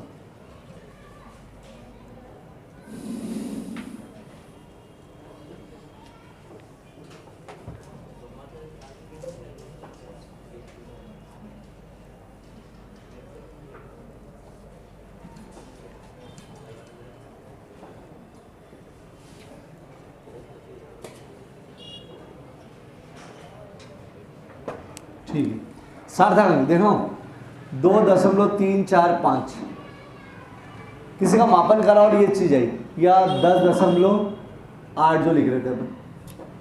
किसी भौतिक राशि का मापन करा और ये इसकी लंबाई आई सेंटीमीटर मान लो, ये भी सेंटीमीटर। तो इसमें सार्थक अंक कितने? सार्थक अंक जो इसको सही में बता रहे हैं, जो मापन के लिए बता रहे सार्थक अंक, वो होते हैं 1, 2, 3। टोटल अंक कितने हो गए?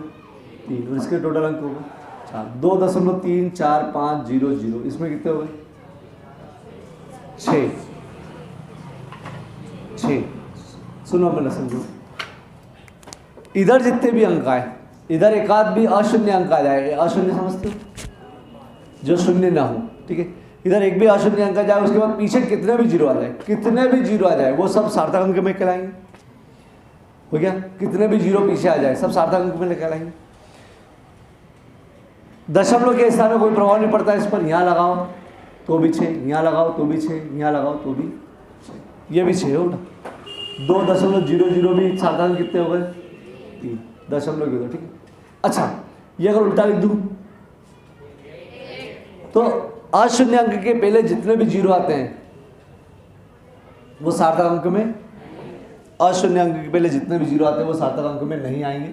जैसे 20003 सार्थक अंक बताओ, 5 ही आएगा रे नाना, ये बीच में है 00023, अब ठीक है, ये नहीं आएंगे, ये आएंगे। अच्छा 0.23 दशमलव के इधर वाले। अच्छा 0.23 बहुत बड़े, दशमलव के अंक कोई स्थान प्रभाव पड़ता ही नहीं। इसके अंदर 10 की घात को सार्थक अंक में नहीं लेते, केवल 23 मतलब 2। दशमलव की घात को सार्थक अंक में नहीं लेते, दशमलव की घात को सार्थक अंक में नहीं लेते। बढ़िया है। और कोई विशेष काम? बस ठीक है। 4003 बताओ सार्थक अंक। 0434 बताओ। 0.231 1.0 गुणित 10 की घात 3, पक्का दो, पक्का दो, -5 1 2 3 4। तो सार्थक अंक केवल ऑब्जेक्टिव में आएगा, कोई दिक्कत तो नहीं? ठीक है, कल लोगे तुम, कल वाले हो, ठीक है।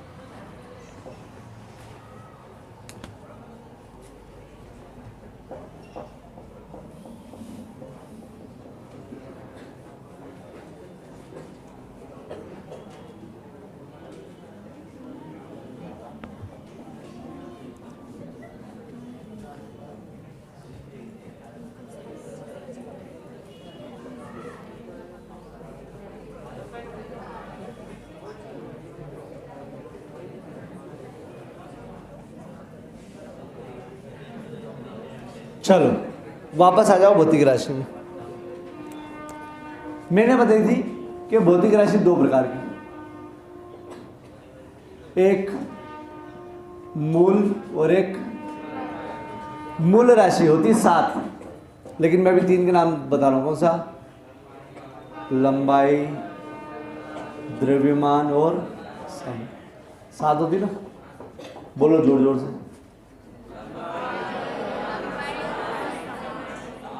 ढंग से बोलो नहीं, फिर लंबाई द्रव्यमान जो याद है उसको रिपीट करते जाओ तुम तो। चौथा क्या है? वहां तो गोबर में भरी चप्पल पड़ी है मेरे पास, धुआं धर धर के गीली करके। चलो, लंबाई इंग्लिश में बोलते हैं लेंथ, द्रव्यमान इंग्लिश में बोलते हैं मास, समय बोलते हैं। व्युत्पन्न राशि वो जो मूल राशियों से मिलकर बनी है, जैसे चाल, क्षेत्रफल। क्यों ऐसा क्यों? क्षेत्रफल लंबाई गुणित चौड़ाई, मूल राशि मिलकर बनी है। लंबाई 2 बार है, चाल, दूरी बेटा समय, दूरी मतलब लंबाई, समय मतलब समय, तो इन मूल राशियों से मिलकर बनी। तो वे राशियां जो मूल राशियों से मिलकर बनी हो व्युत्पन्न राशि कहलाती होती है। ये 7 होती है, ये बहुत सारी होती है, ठीक है। चलो अगर मैं चाल लिखूं, चाल, चाल लंबाई बटे समय, लेंथ बटे टाइम, एल ऊपर ले जाऊं तो माइनस का, पता है चीज। इनको उन्होंने बोला है बीमा, इसकी बीमा एक दिखती नहीं है और इसकी बीमा। तो व्युत्पन्न राशियों को, ये व्युत्पन्न राशियों को, ये मूल राशियां हैं, और लंबाई और समय मूल राशियां। व्युत्पन्न राशियों को मूल राशि की जिन घातों में व्यक्त करते हैं उसे नाम दिया उन्होंने विमा। क्या नाम दिया? विमा, ठीक है। व्युत्पन्न राशियों को मूल राशियों की जिन घातों में व्यक्त करते हैं उसे बोलते हैं विमाएं, ठीक है। विमाएं, व्युत्पन्न राशियों को मूल राशियों की जिन घातों में व्यक्त करते हैं उसे विमाएं। जैसे लंबाई के, सॉरी सर, जैसे चाल में क्या है? चाल में लंबाई के 1 और समय में क्षेत्रफल बताओ। लंबाई गुणित चौड़ाई, लंबाई चौड़ाई एल, एल स्क्वायर। लंबाई की कितनी विमा हो गई? 2, लंबाई की 2 विमा हो गई, ठीक है। समय की कितनी हो गई? है ही नहीं, उसके उल्टी तो हो गया। फिर विमी सूत्र क्या? विमी सूत्र बनाते हैं, जैसे विमी सूत्र, चाल का विमी सूत्र अगर बनाऊं मैं तो एम एल टी से बनता है, एम नहीं है ना, एल एक बार है, ठीक। और देख लो क्षेत्रफल का बनाता हूँ, लंबाई गुणित चौड़ाई एल स्क्वायर m0 L2। तो देखो ये सूत्र हो गया। ये सूत्र क्या है, सुनना क्या सूत्र है, वह सूत्र जो व्युत्पन्न राशियों को, ये व्युत्पन्न राशि को मूल राशियों की उचित घातों में दर्शाता है कि कौन कितनी बार आ रहा है, वो कहलाता है उसका बीमी सूत्र। क्या परिभाषा है, वह सूत्र जो व्युत्पन्न राशियों को मूल राशियों की क्या दर्शाए, उचित घातों में दर्शाए, वो कहलाता है उसका बीमी सूत्र। वह सूत्र जो व्युत्पन्न राशियों को मूल राशियों की उचित घातों में दर्शाता है बीमी सूत्र कहलाता है, ठीक है। बीमी सूत्र ये हो गया बीमी सूत्र। एक आध और का बनाए क्या, आयतन का बनाते हैं। आयतन लंबाई गुणित चौड़ाई गुणित ऊंचाई, लंबाई एल, चौड़ाई एल, ऊंचाई m0 L3। बढ़िया, ठीक। वह सूत्र जो व्युत्पन्न राशियों को मूल राशियों की उचित घातों में दर्शाता है बीमी। और बीमीय समीकरण पूछे तो बीमीय समीकरण तो केवल वही लिखना है, ये भी समीकरण के रूप में होती, बस एक से लिख देता है आगे। वह समीकरण जो व्युत्पन्न राशियों को मूल राशियों की उचित घातों में दर्शाती है, विमीय समीकरण कहलाते हैं। तो समीकरण पूछे तो भी यही और सूत्र पूछे तो भी यही। चलो विमीय सूत्र कुछ के बनाना सिखाऊंगा, फिर जैसे जैसे अध्याय बढ़ते जाएगा आगे आगे उसके बनाना सिखाएंगे, ठीक। कुछ अध्याय, और ये जो मैंने लिख दिया ना, इनका भी रिविजन नहीं होगा बेटा, इन अध्यायों का रिविजन नहीं होगा। और 2-3 और अध्याय लिखूंगा, उनके रिविजन नहीं होंगे बेटा, ध्यान रखना। ये ताजे हैं, तो इन ताज़ों को करोगे नहीं तो गए। और बहुत नंबर के, ज़्यादा नंबर के बेटा वो लिख दिया मैंने वो।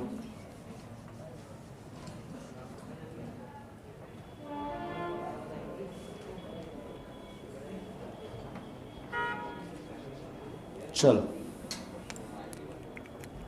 कुछ भौतिक राशियों के विमीय सूत्र। पहला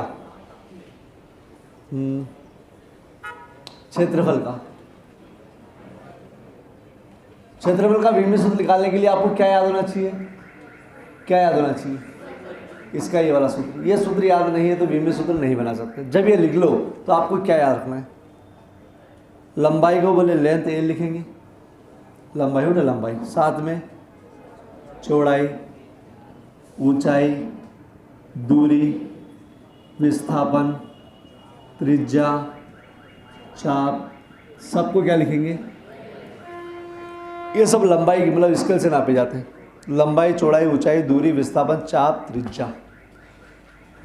द्रव्यमान का लिखे हो तो केवल एम, समय या एक और काल के लिए, समय और काल के लिए टी। ये 3 चीज़ें भी याद रखना है। चल लंबाई एल, चौड़ाई एल, तो क्या जाएगा, तो इसको लिखते कैसे, MLT। इसमें विमीय सूत्र यांत्रिकी में ये होता है MLT ABC, ठीक है। ऊष्मागतिकी में K और आया था, वो भी नहीं लिखा रहे हैं। MLT, M है क्या, जो नहीं है उसको 0, L है क्या, T है क्या, आयतन,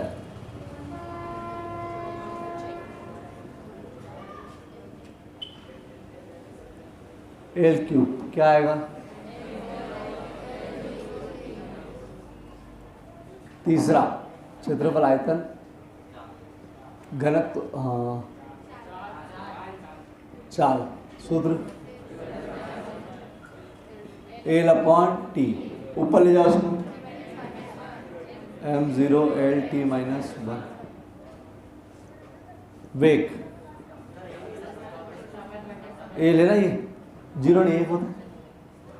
वेग, विस्थापन बटे विस्थापन, समय T, L/T - 1। पूरा बनाओगे तो विस्थापन का भी L है ना, L/T - 1 m0, m पे ले आएगा। 5वां घनत्व पे ले रहा हूँ मैं, द्रव्यमान बटे आयतन। अब दो उल्टा, इसमें क्या है, द्रव्यमान को तो m लिख दोगे आप, आयतन का विमीय सूत्र नहीं लिखना है, आयतन का क्या करना है, उसको सूत्र बनाना है। तो आयतन का सूत्र द्रव्यमान, लंबाई गुणित चौड़ाई गुणित ऊंचाई, m एल इंटू एल बताओ डायरेक्ट पूरा। एम एल माइनस 3 एल 3 आएगा ना तो बढ़ जाएगा -3 और P0।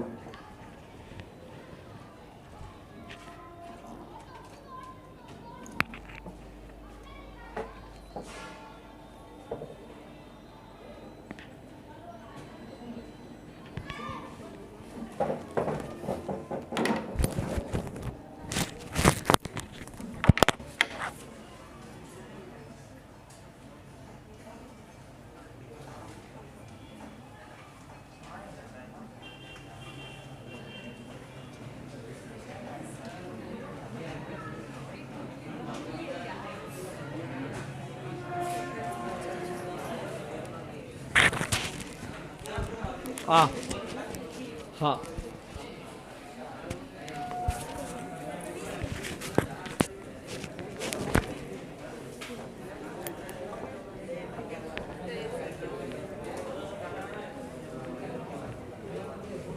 चलो बेटा, घनत्व त्वरण बनाए के पहले संवेग। चलो त्वरण यार सूत्र। चलो वेग का हमारे पास नहीं है तो वेग का नहीं है, वेग का आप लोग को सूत्र याद करना है ना कि ये तो विस्थापन बटे समय पहले से बैठा हुआ है। विस्थापन का एल, समय का T into T, L T का स्क्वायर बताओ क्या हो जाएगा। m0 एल टी माइनस संवेग द्रव्यमान गुणित वेग, यही है संवेग का। द्रव्यमान एम लिख सकते हो, अभी नहीं लिखेंगे। वेग का विस्थापन बटा समय एम एल टी बताओ। 8वां बल माह द्रव्यमान गुणित, तो वो द्रव्यमान का तो एम लिख दोगे तो अभी लिख रहा हूं। त्वरण का वेग बटा समय, त्वरण को वहां तक पहुंचाएंगे बेटा, ठीक है। द्रव्यमान वेग का विस्थापन बटे समय इंटू समय, ये समय पहले से बैठा हुआ है। M L T into T बताओ, एम एल टी माइनस 2 समझाए। और मैं आपको बता चुका हूँ कि भैया ये विमी सूत्र तब बनेंगे जब इनके सूत्र याद है। सूत्र याद नहीं तो विमी सूत्र कोई नहीं बना पाएगा। चलो कार्य का बनाते हैं।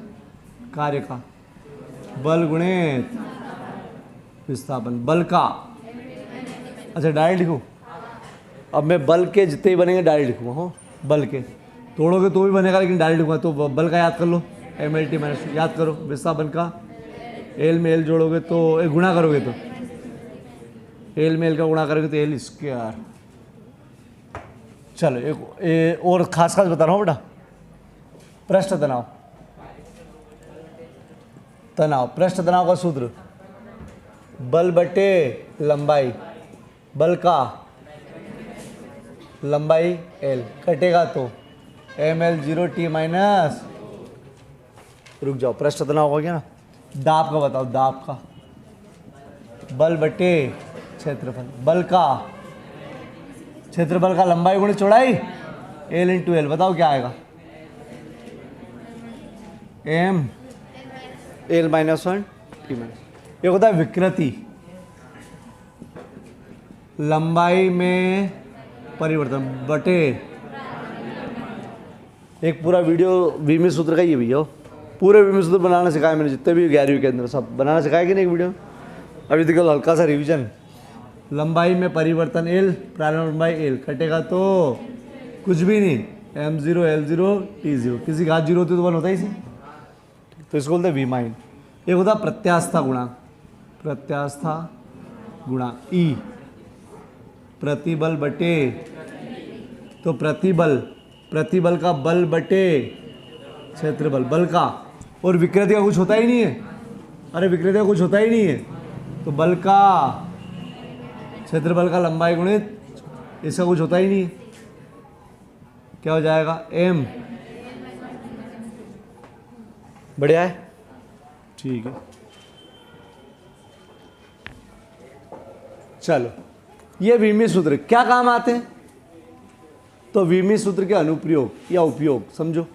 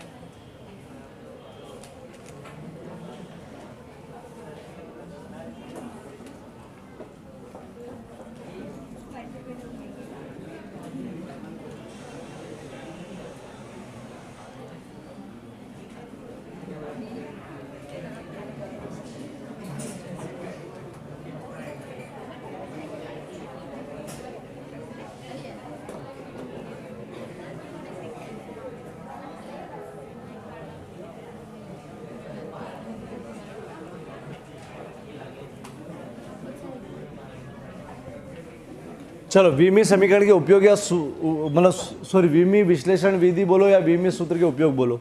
पहला उपयोग मालूम क्या, भौतिक राशि की शुद्धता की जांच करना, अभी करवाएंगे अपन। विमी सूत्र क्या कर सकता है, भौतिक, कोई चाय पिएगा क्या? हाँ तो घर जाके पी लेना। हाँ धन्यवाद। नहीं तो पूछता, मेरे से बोला कि यहाँ पिलाऊंगा मैं, पी लेना घर पे।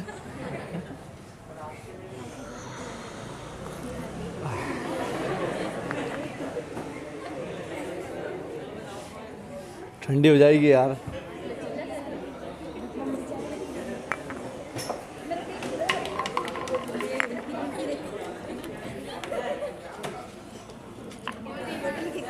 हाँ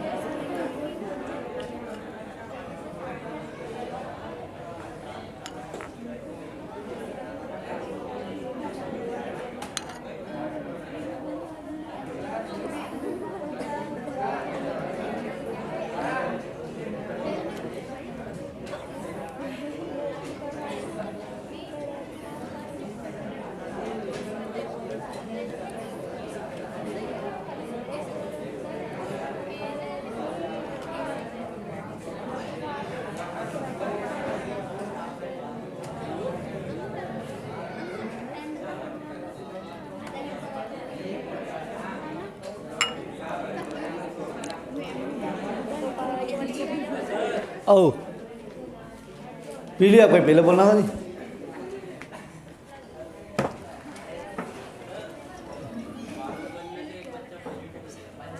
कहाँ पर? माधवन से मजा हो गया।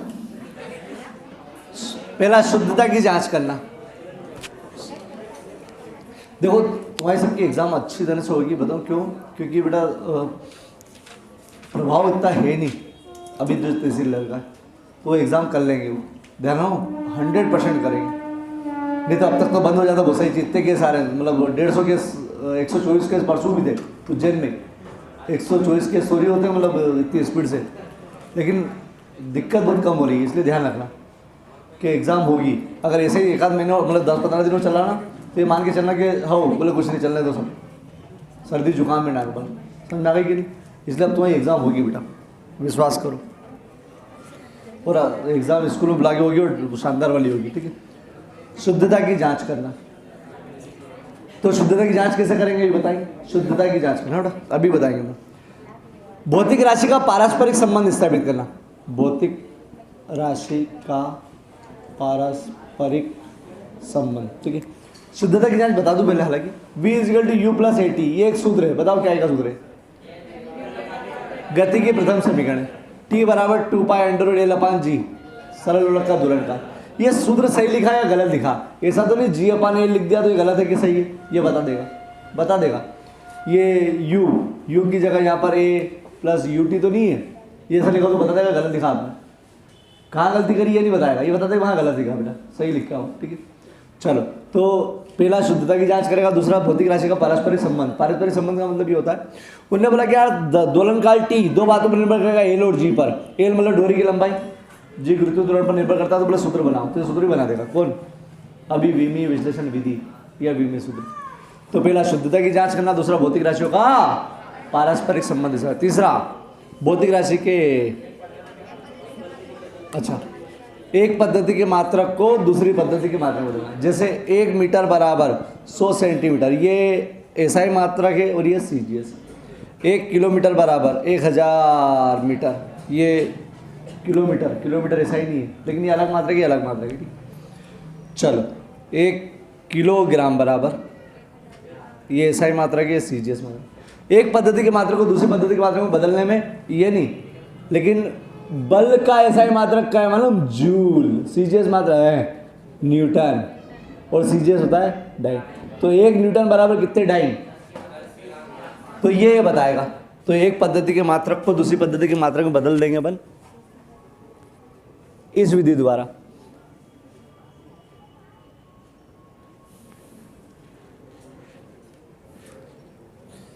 एक पद्धति के मात्रक को दूसरी पद्धति के मात्रक में बदलना, ठीक है। चलो लास्ट, भौतिक राशि के मात्रक ज्ञात करने। मात्रक समझो, MLT minus 2, M0 LT minus 2, ये कोई किसी भौतिक राशि का विमीय सूत्र है। मात्रक कैसे? M0 मतलब है ही नहीं, लंबाई, लंबाई का मात्रक, समय का मात्रक, तो मीटर पर सेकंड स्क्वायर हो गया।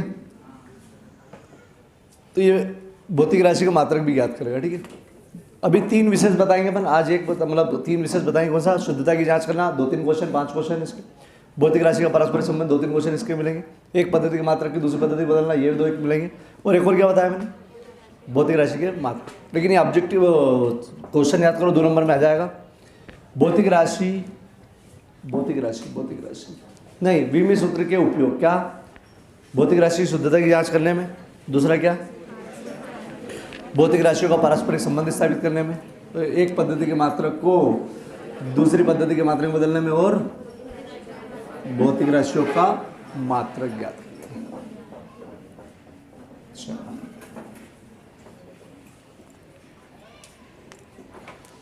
विमीय विश्लेषण विधि द्वारा गति की प्रथम समीकरण, इसकी शुद्धता की जांच करो। विमीय विश्लेषण विधि द्वारा गति की द्वितीय समीकरण एस बराबर ut प्लस, इसकी शुद्धता ज्ञात करो। विमीय विश्लेषण विधि द्वारा गति की तृतीय समीकरण, इसकी शुद्धता की जांच करो। ये लिखी भी आएगी, अभी लिखी भी आएगी। इसकी शुद्धता की जांच करना है, इसको बनाना नहीं, शुद्धता की जांच करना है। कैसे करोगे? 2 नंबर में पूछ सकते हो बढ़ाओ। तो सबसे पहले हल या आंसर, सबके एड्रेस लिखो। एड्रेस मतलब कौन सी चीज क्या है? यू मालूम क्या बोलते हैं इसको? प्रारंभिक वेग, वी अंतिम वेग, टी समय, ए आगे पीछे लिख सकते हो, की विमा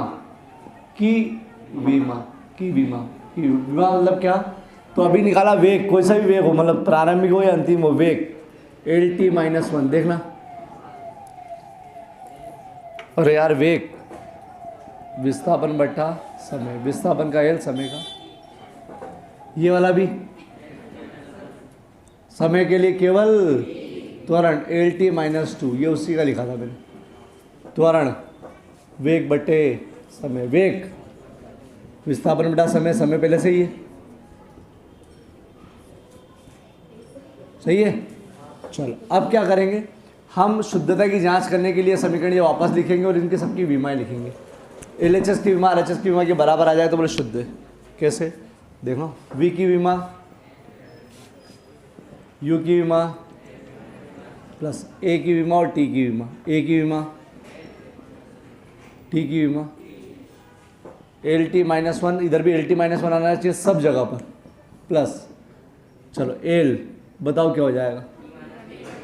T-2 इंटू T की घात 1 है, T-2 प्लस 1 आधार सामान्य घात जुड़ती है, T-,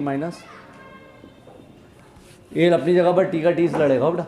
तो देखो LT-1 बीच में जोड़े ना, अतः समीकरण बढ़िया है। नहीं समझ में आया? फिर से देखो, ठीक है। ये वाली चीज़ देखो, एस मालूम क्या है? चली गई दूरी, इसकी विमा क्यों ले? यू प्रारंभिक वेल, बताओ। टी समय की विमा, टी 1/2 विमाहीन। जब विमा की बात करेंगे तो ये नहीं लिखेंगे। ए त्वरण की विमा, बताओ।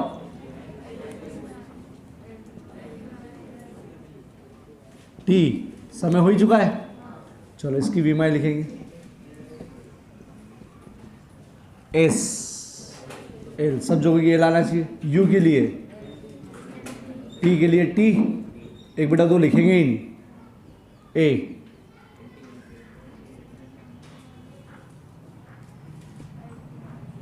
टी की घात,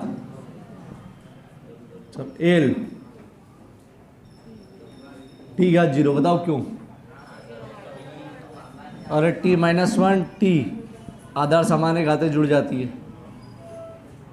प्लस एल t-2 टी घात 2 है भैया, तो ये भी 0 हो जाएगी। कैसे? t-2 टी,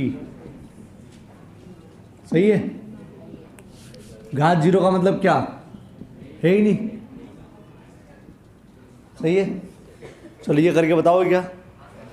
चलो डायरेक्ट रखना हो, LT-2 का LT-1 का वर्ग, LT-1 का वर्ग प्लस 2 होता ही नहीं, बीमा में कहाँ होता है? LT-2 और L का भी वर्ग और T का भी वर्ग, सही है क्या? ये घात इस पे भी आएगी और इस पे भी आएगी, अरे वर्ग हो जाएगा ना, ठीक है। L का वर्ग T-2 प्लस LL वर्ग वर्ग, तो यूँ हो गया एक ही लाइन में। 2 नंबर देंगे नहीं? अरे आपको वो सही चीज़ लिखना पड़ेगी ना। क्या क्या? ये इसकी बीमारी, ये बहुत बड़ा क्वेश्चन है, ये सरल थोड़ी है। ये कर लोगे क्या? करना ही पड़ेगा, करना ही पड़ेगा ना, ठीक है। चलो 2 और थे, वो भी कर लेते अपन।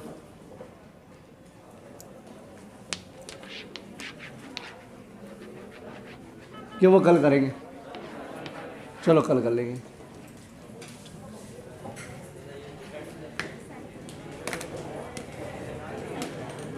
हाँ कल ये ख़त्म कर लेंगे तो वो टेस्ट में काम आएगा। कर लोगे कि नहीं कर पाओगे? अपन ने कल विमी विश्लेषण विधि के उपयोग पढ़े थे। क्या क्या थे विमी विश्लेषण विधि के उपयोग? पहला पॉइंट क्या था? शुद्धता की जांच करना। दूसरा पारस्परिक संबंध साबित करना। तीसरा एक पद्धति की मात्रक को दूसरी पद्धति में बदलना। और लास्ट मात्रक ज्ञात करना। अपन ने शुद्धता की जांच करने में 3 चीज़ कर चुके थे, बताओ कौन कौन सी? गति के तीनों समीकरण। अब अगली सरल लोलक के दोलनकाल t बराबर 2π√L/g की शुद्धता की जांच करना। विमीय विश्लेषण विधि द्वारा इसकी शुद्धता की जांच करना। तो वो सिस्टमेटिक कैसे करते हैं? हल लिखते हैं या आंसर लिखते हैं, ठीक। सबसे पहले t, इसको लिखते हैं आवर्त काल। 2π विमाहीन L डोरी की, या तो लिख के देंगे या याद करना पड़ेगी। G क्या है? गुरुत्वीय त्वरण या गुरुत्वीय त्वरण है बेटा यहाँ पर। चलो आवर्तकाल का की विमा T, ये विमाहीन, डोरी की लंबाई L, गुरुत्वीय त्वरण LT-2। अरे त्वरण है ये, कल भी तो था त्वरण। वेग बटा समय, विस्थापन बटा समय, पहले समय डबल T ऊपर ले जाएंगे। चल T बराबर 2π√L/g की विमा लिखने पर, इधर विमा लिखोगे तो 2π विमा होती ही नहीं, L की विमा L, इसकी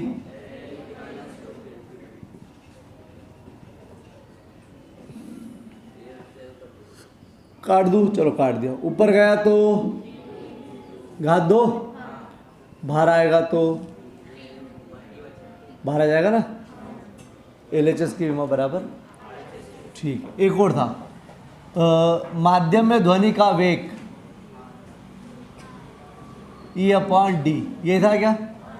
माध्यम में ध्वनि का वेग इस सूत्र से आता है, V बराबर 2π√E/d। तो शुद्धता की जांच कीजिए। चलो V क्या है? वेग 2π विमाहीन, E क्या है? प्रत्यास्थता गुणांक, D क्या है? चलो वेग का तो LT-1 कल था, वेग बटा समय, ये चलो इन दोनों का बनाया था अपन ने, बना लेते। प्रत्यास्थता गुणांक का होता है दाब बटे, नहीं प्रतिबल बटे विकृति। प्रतिबल का होता है बल बटा क्षेत्रफल, और विकृति का कुछ भी नहीं, बल का क्षेत्रफल का लंबाई गुणित क्या लिखा था इसका, एम एल माइनस वन।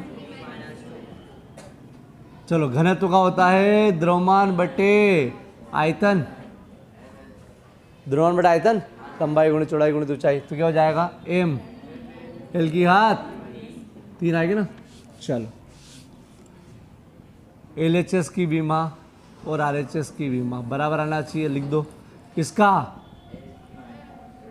2 पाई विमा इन E की विमा M L minus one T minus two बटे डी की विमा।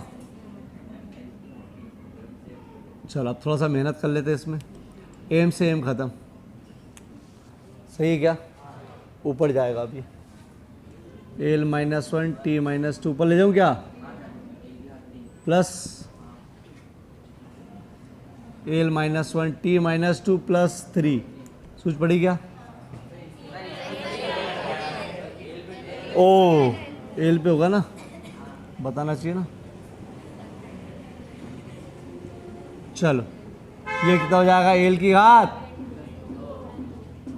चलो बाहर आया क्या, ये दोनों दो घात है हो, माइनस में तो क्या वो भागात दो है, तो बाहर आ जाएगा एल कैसा है, एल टी माइनस वन, इसकी घात एक है और इसकी घात भी एक है, इसकी घात एक इसकी घात भी एक, ठीक है, इधर भी यही है क्या, हाँ एल टी माइनस। चलो आगे देखते हैं अपन, ये सब जो थी वो शुद्धता की जांच।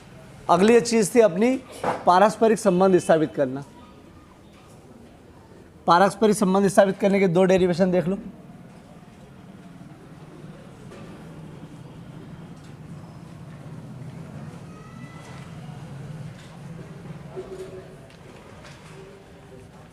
मंगलवार से यथावत अपने समय पर हो बेटा सब।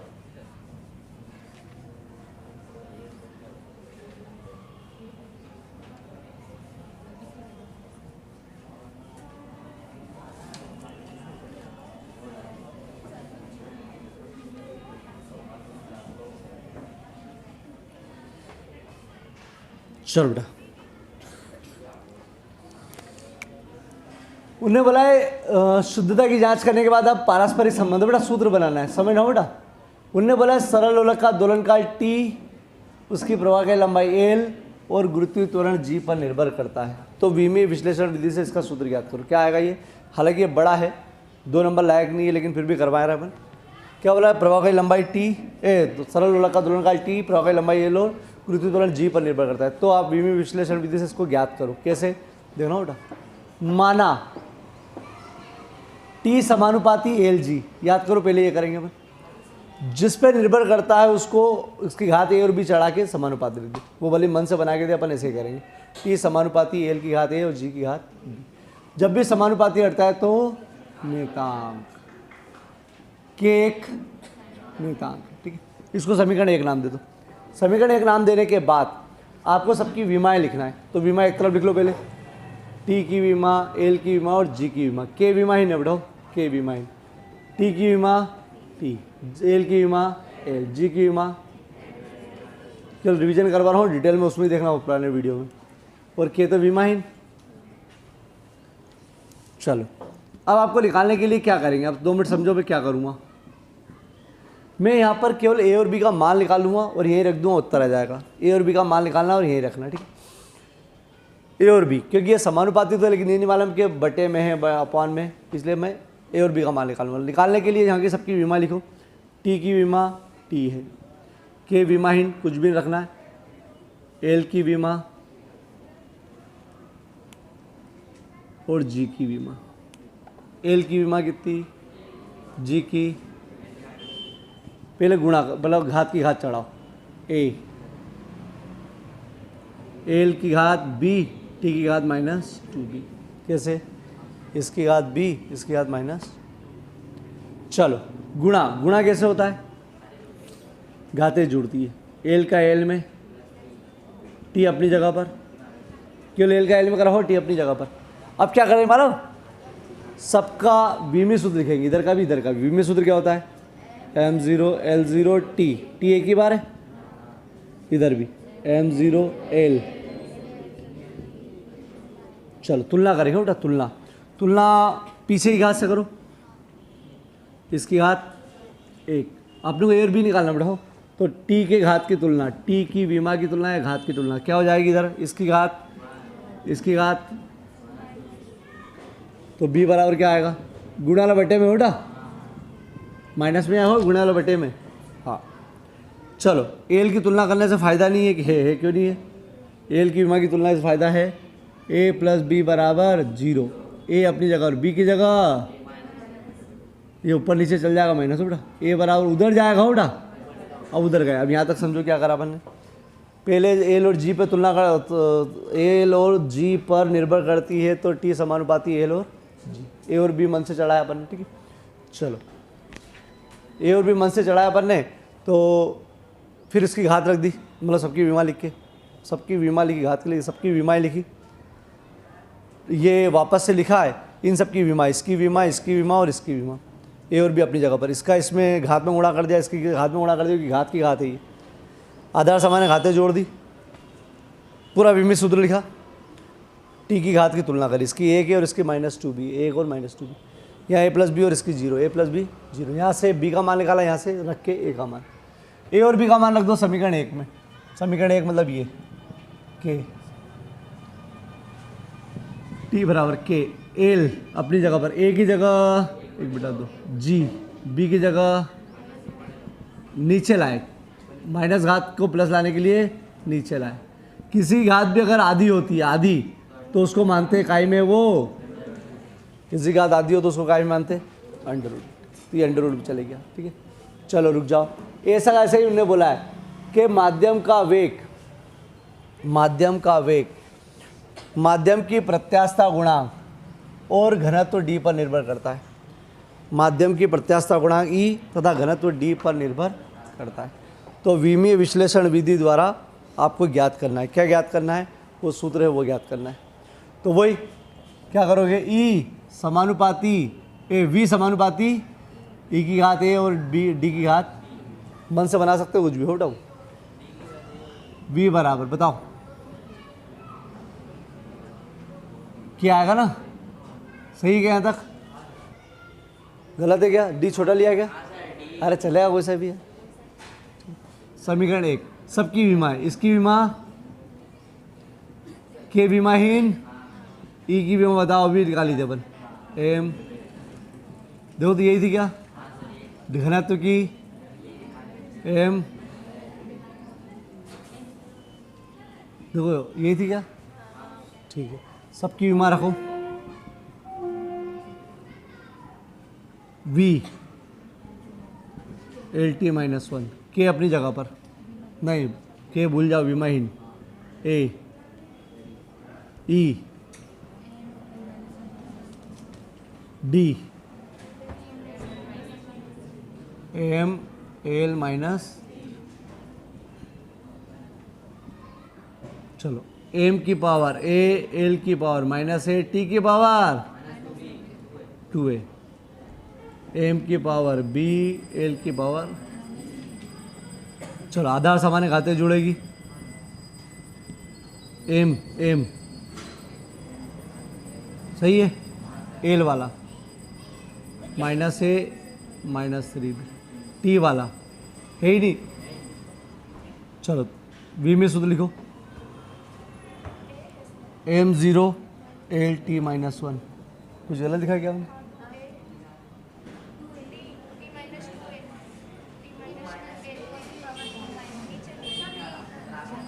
ओह बहुत बड़ी गलती है। चलो इधर का विमीय सूत्र M A plus B L -a -3b और टी माइनस, चलो तुलना करो, पीछे की पहले तुलना करो, -1 बराबर -2a, बताओ ये बराबर 1/2, अब इधर देखो ना,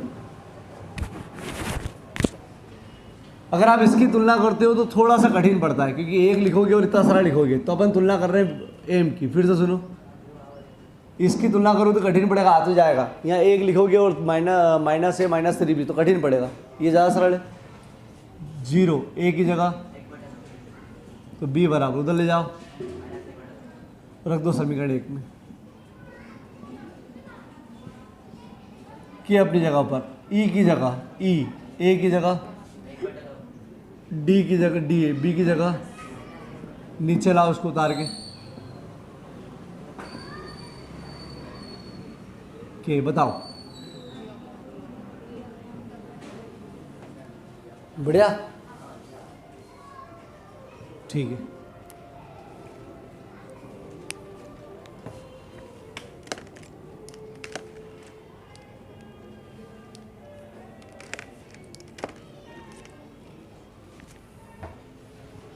चलो अगली चीज क्या थी?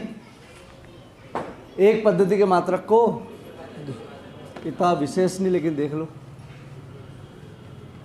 एक पद्धति के मात्रक को दूसरी पद्धति के मात्रक में बदलने में।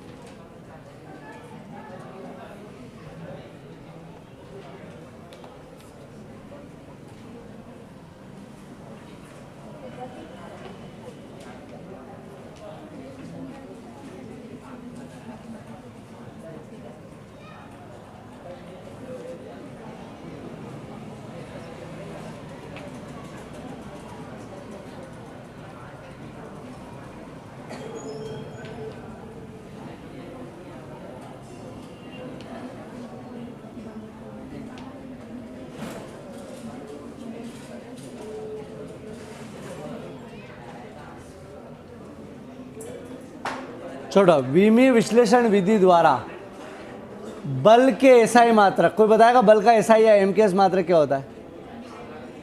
न्यूटन को काय में बदलना है? सीजीएस मात्रक डाइन में बदलो।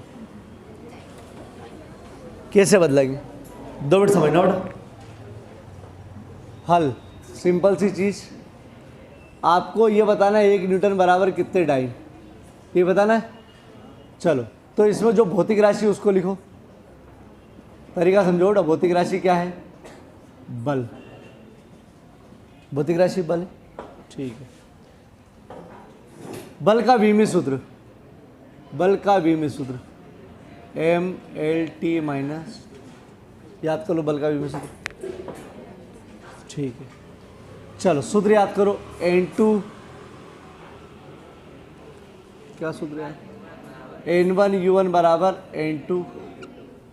आपको N2 निकालना, बताओ मैं क्या N2 का मतलब? गुणे वाला बटे में। N1 मतलब दिया हुआ संख्यात्मक मान, N1 मतलब दिया हुआ संख्यात्मक मान, मतलब कितना न्यूटन को कितने डाइन में बदलना है। तो 1 न्यूटन को बदलना है, 1 न्यूटन को बदलना, बोला ना न्यूटन को डाइन में, बोला 10 न्यूटन को। चलो ये N1 हो गया। U1 ज्ञात मात्रक मतलब MKS मात्रक, तो इसका MKS मात्रक बनाते अपन। द्रव्यमान का किलोग्राम, घात कितनी है? किलोग्राम, घात 1 ही है, गुणित लंबाई का घात कितनी है? 1 ही। समय सेकंड का कितना? U2 ये ज्ञात मात्रक है ना, अज्ञात मात्रक, क्या बोलते हैं इसको, अज्ञात मात्रक या सीजीएस मात्रक, माय मिस्टेक, सीजीएस मात्रक। बताओ इसका, किलोग्राम का ग्राम, मीटर का और सेकंड का, जितना है वैसे ही रख दो। N2 बराबर 1 इंटू,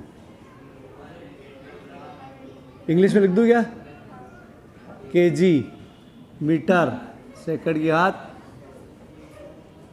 ग्राम, सेंटीमीटर। इससे खत्म हो गया क्या। चलो हमेशा बड़े को छोटे में लाना है, किलोग्राम को ग्राम में लाओ। 1 मीटर बराबर, खलदार हो तुम तो, ग्राम अपनी जगह पर, N2 बराबर 1 इंटू कितने, 10 की घात 5, या N2 बराबर 10 की घात 5, तो 1 न्यूटन बराबर 10 की घात 5 डाइन। ऑब्जेक्टिव के लिए याद रखना 1 न्यूटन बराबर कितने डाइन होते हैं। चलो नहीं समझ में आया तो समझ में आएगा जब अपन एक और करवाएंगे। सुनना हो, कार्य के एमकेएस मात्रक जूल को सीजीएस मात्रक का बदलना है, आर्गुन। चलो भौतिक राशि कौन सी है, कार्य का विमित सूत्र याद करो, बल का है ml2 - 2 और कार्य का क्या है ml2T - 2।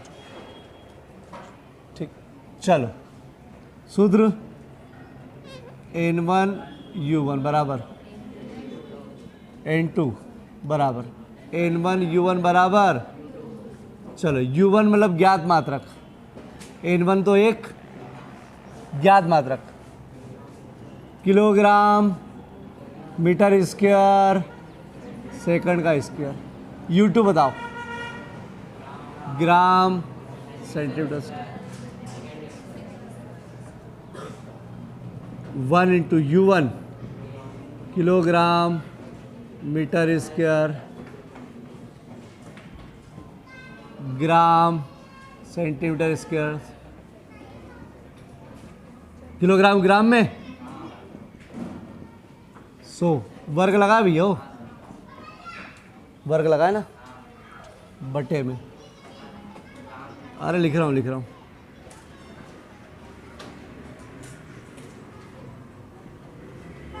नीचे ग्राम,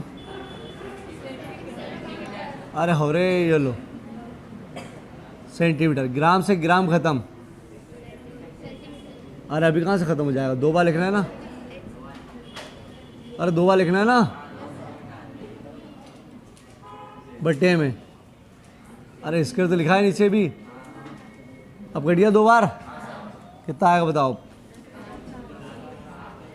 3 4 5 6 7, तो एक तो गया हो, एक का गुणा कर चुके थे अपन, 1 जूल बराबर 10 की घात 7 अर्ग, इसको ऑब्जेक्टिव में याद रखो, 1 जूल बराबर 10 की घात 7 अर्ग। एक आध और करवाए थे कि यही करवाए थे बस, हाँ क्या बेटा, एन बराबर 1 टन 10 क्विंटल, और 1 क्विंटल मतलब 10 × 10 नहीं 10 × 100, 1000 किलो, 1000 किलो का 1 टन, सही है क्या, 1000 किलो का 10 बोरी में लग गया होगी 100 किलो वाली, बढ़िया। ठीक, चलो ये 2 करवाए थे ना, हाँ अच्छा हाँ एक और करवाया था ना, वायु में ध्वनि का वेग कितना है, मीटर पर सेकंड, इसको काय में बदलना है, किलोमीटर प्रति आवर में। चलो ये करवाया तो बहुत बढ़िया है, देखो बेटा, भौतिक राशि है वेग का विमित सूत्र m0L/T - 1, सही है क्या, ठीक है। चलो सूत्र N1U1 बराबर N2 बराबर N1U1 बराबर, सही है। चलो N1 बराबर है 332, इस बार हो बेटा, U1 बराबर देखो ये वाला मात्र हो, ये दे रखा है, एक तो क्या दे रखा है मीटर प्रति सेकंड। फिर क्या है, कुछ गड़बड़ हो गई। चलो बटे किलोमीटर का कितना, 1000। काटो, अभी कहाँ से काटो, ये है सेकंड और ये है मीटर। अब काटो, गुणित 36/10। जल्दी गुणा करो, ऊपर गुणा करो जल्दी यार। अरे करके देखो, ऐसे हो जाएगा तुमसे। अच्छा यूँ 11,910, 10 का भाग दोगे तो आंसर हो जाएगा 332 मीटर पर सेकंड बराबर 1195.2 किलोमीटर प्रति आवर। सही है। चलो एक लास्ट क्वेश्चन सुनो। विमीय विश्लेषण विधि की सीमाएं, क्या सीमाएं सुनना। पहली चीज, इसके द्वारा नेतांकों का मान ज्ञात नहीं कर सकते। सही है क्या। नेतांक राशि के निकाल नहीं पाए ना अपन कैसे के नहीं निकाल पाए। रियल सूत्र है टी बराबर 2π√L/g, लेकिन अपन निकाल पाए क्या, k√L/g। इस नेतांक का मान ज्ञात। उसके अलावा भौतिक राशि सदिश है या अदिश, ये नहीं बता पाते इससे। भौतिक राशि सदिश है या अदिश नहीं बता पाते। और क्या, इस त्रिकोणमिति लघु गणक अगर आते हैं तो इसके अपन का मतलब हल नहीं कर सकते। लघु गणक में लॉगरिथम और त्रिकोणमिति आने पर इसको हल नहीं कर सकते। और क्या, इसके द्वारा एक से अधिक पद आने वाली भौतिक राशि या समीकरण को ज्ञात नहीं कर सकते। यही था बस। ठीक है, लिखो IMP